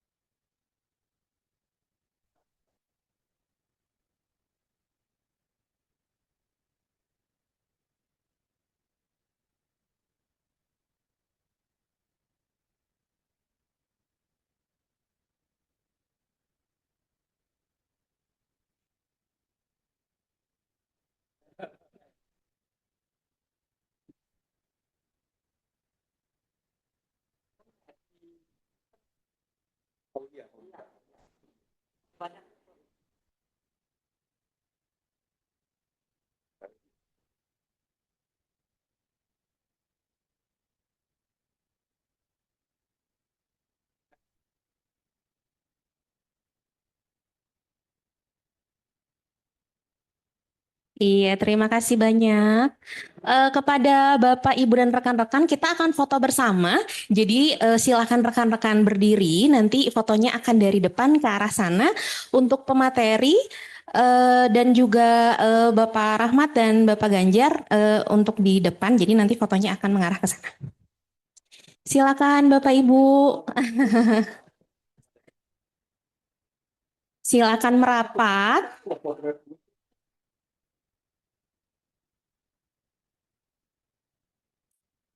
Bagaimana ini teteh-teteh? Silakan, silakan Bapak. Kayak ini.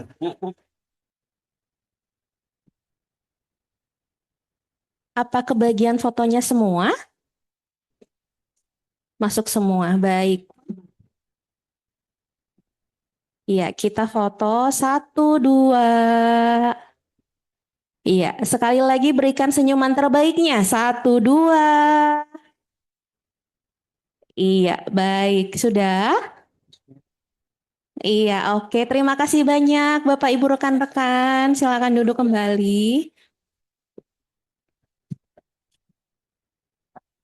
Ya. Ya. Ya. Ke sini. Kita berikan tepukan tangan yang meriah kepada narasumber dan moderator. Hadirin yang berbahagia, telah sampailah kita pada penghujung acara gelar karya utama diskusi literasi buku Nagari di Minangkabau Louis Constant Westeneng ini. Mari kita tutup acara ini dengan mengucap hamdalah alhamdulillahirabbil alamin. Bapak Ibu dan rekan-rekan sekalian, mengingatkan kembali di luar tersedia stand buku dari penerbit Pustaka Jaya. Hadirin dipersilahkan mampir untuk melihat-lihat. Barangkali ada 1 atau 2 buku yang bisa hadirin pinang dan bawa pulang. Untuk pembelian buku Nagari di Minangkabau khusus hari ini di lokasi acara akan mendapatkan diskon sebesar 10%. Untuk para penanya nanti bisa menghubungi panitia untuk mendapatkan hadiah menarik. Terima kasih untuk pertanyaannya.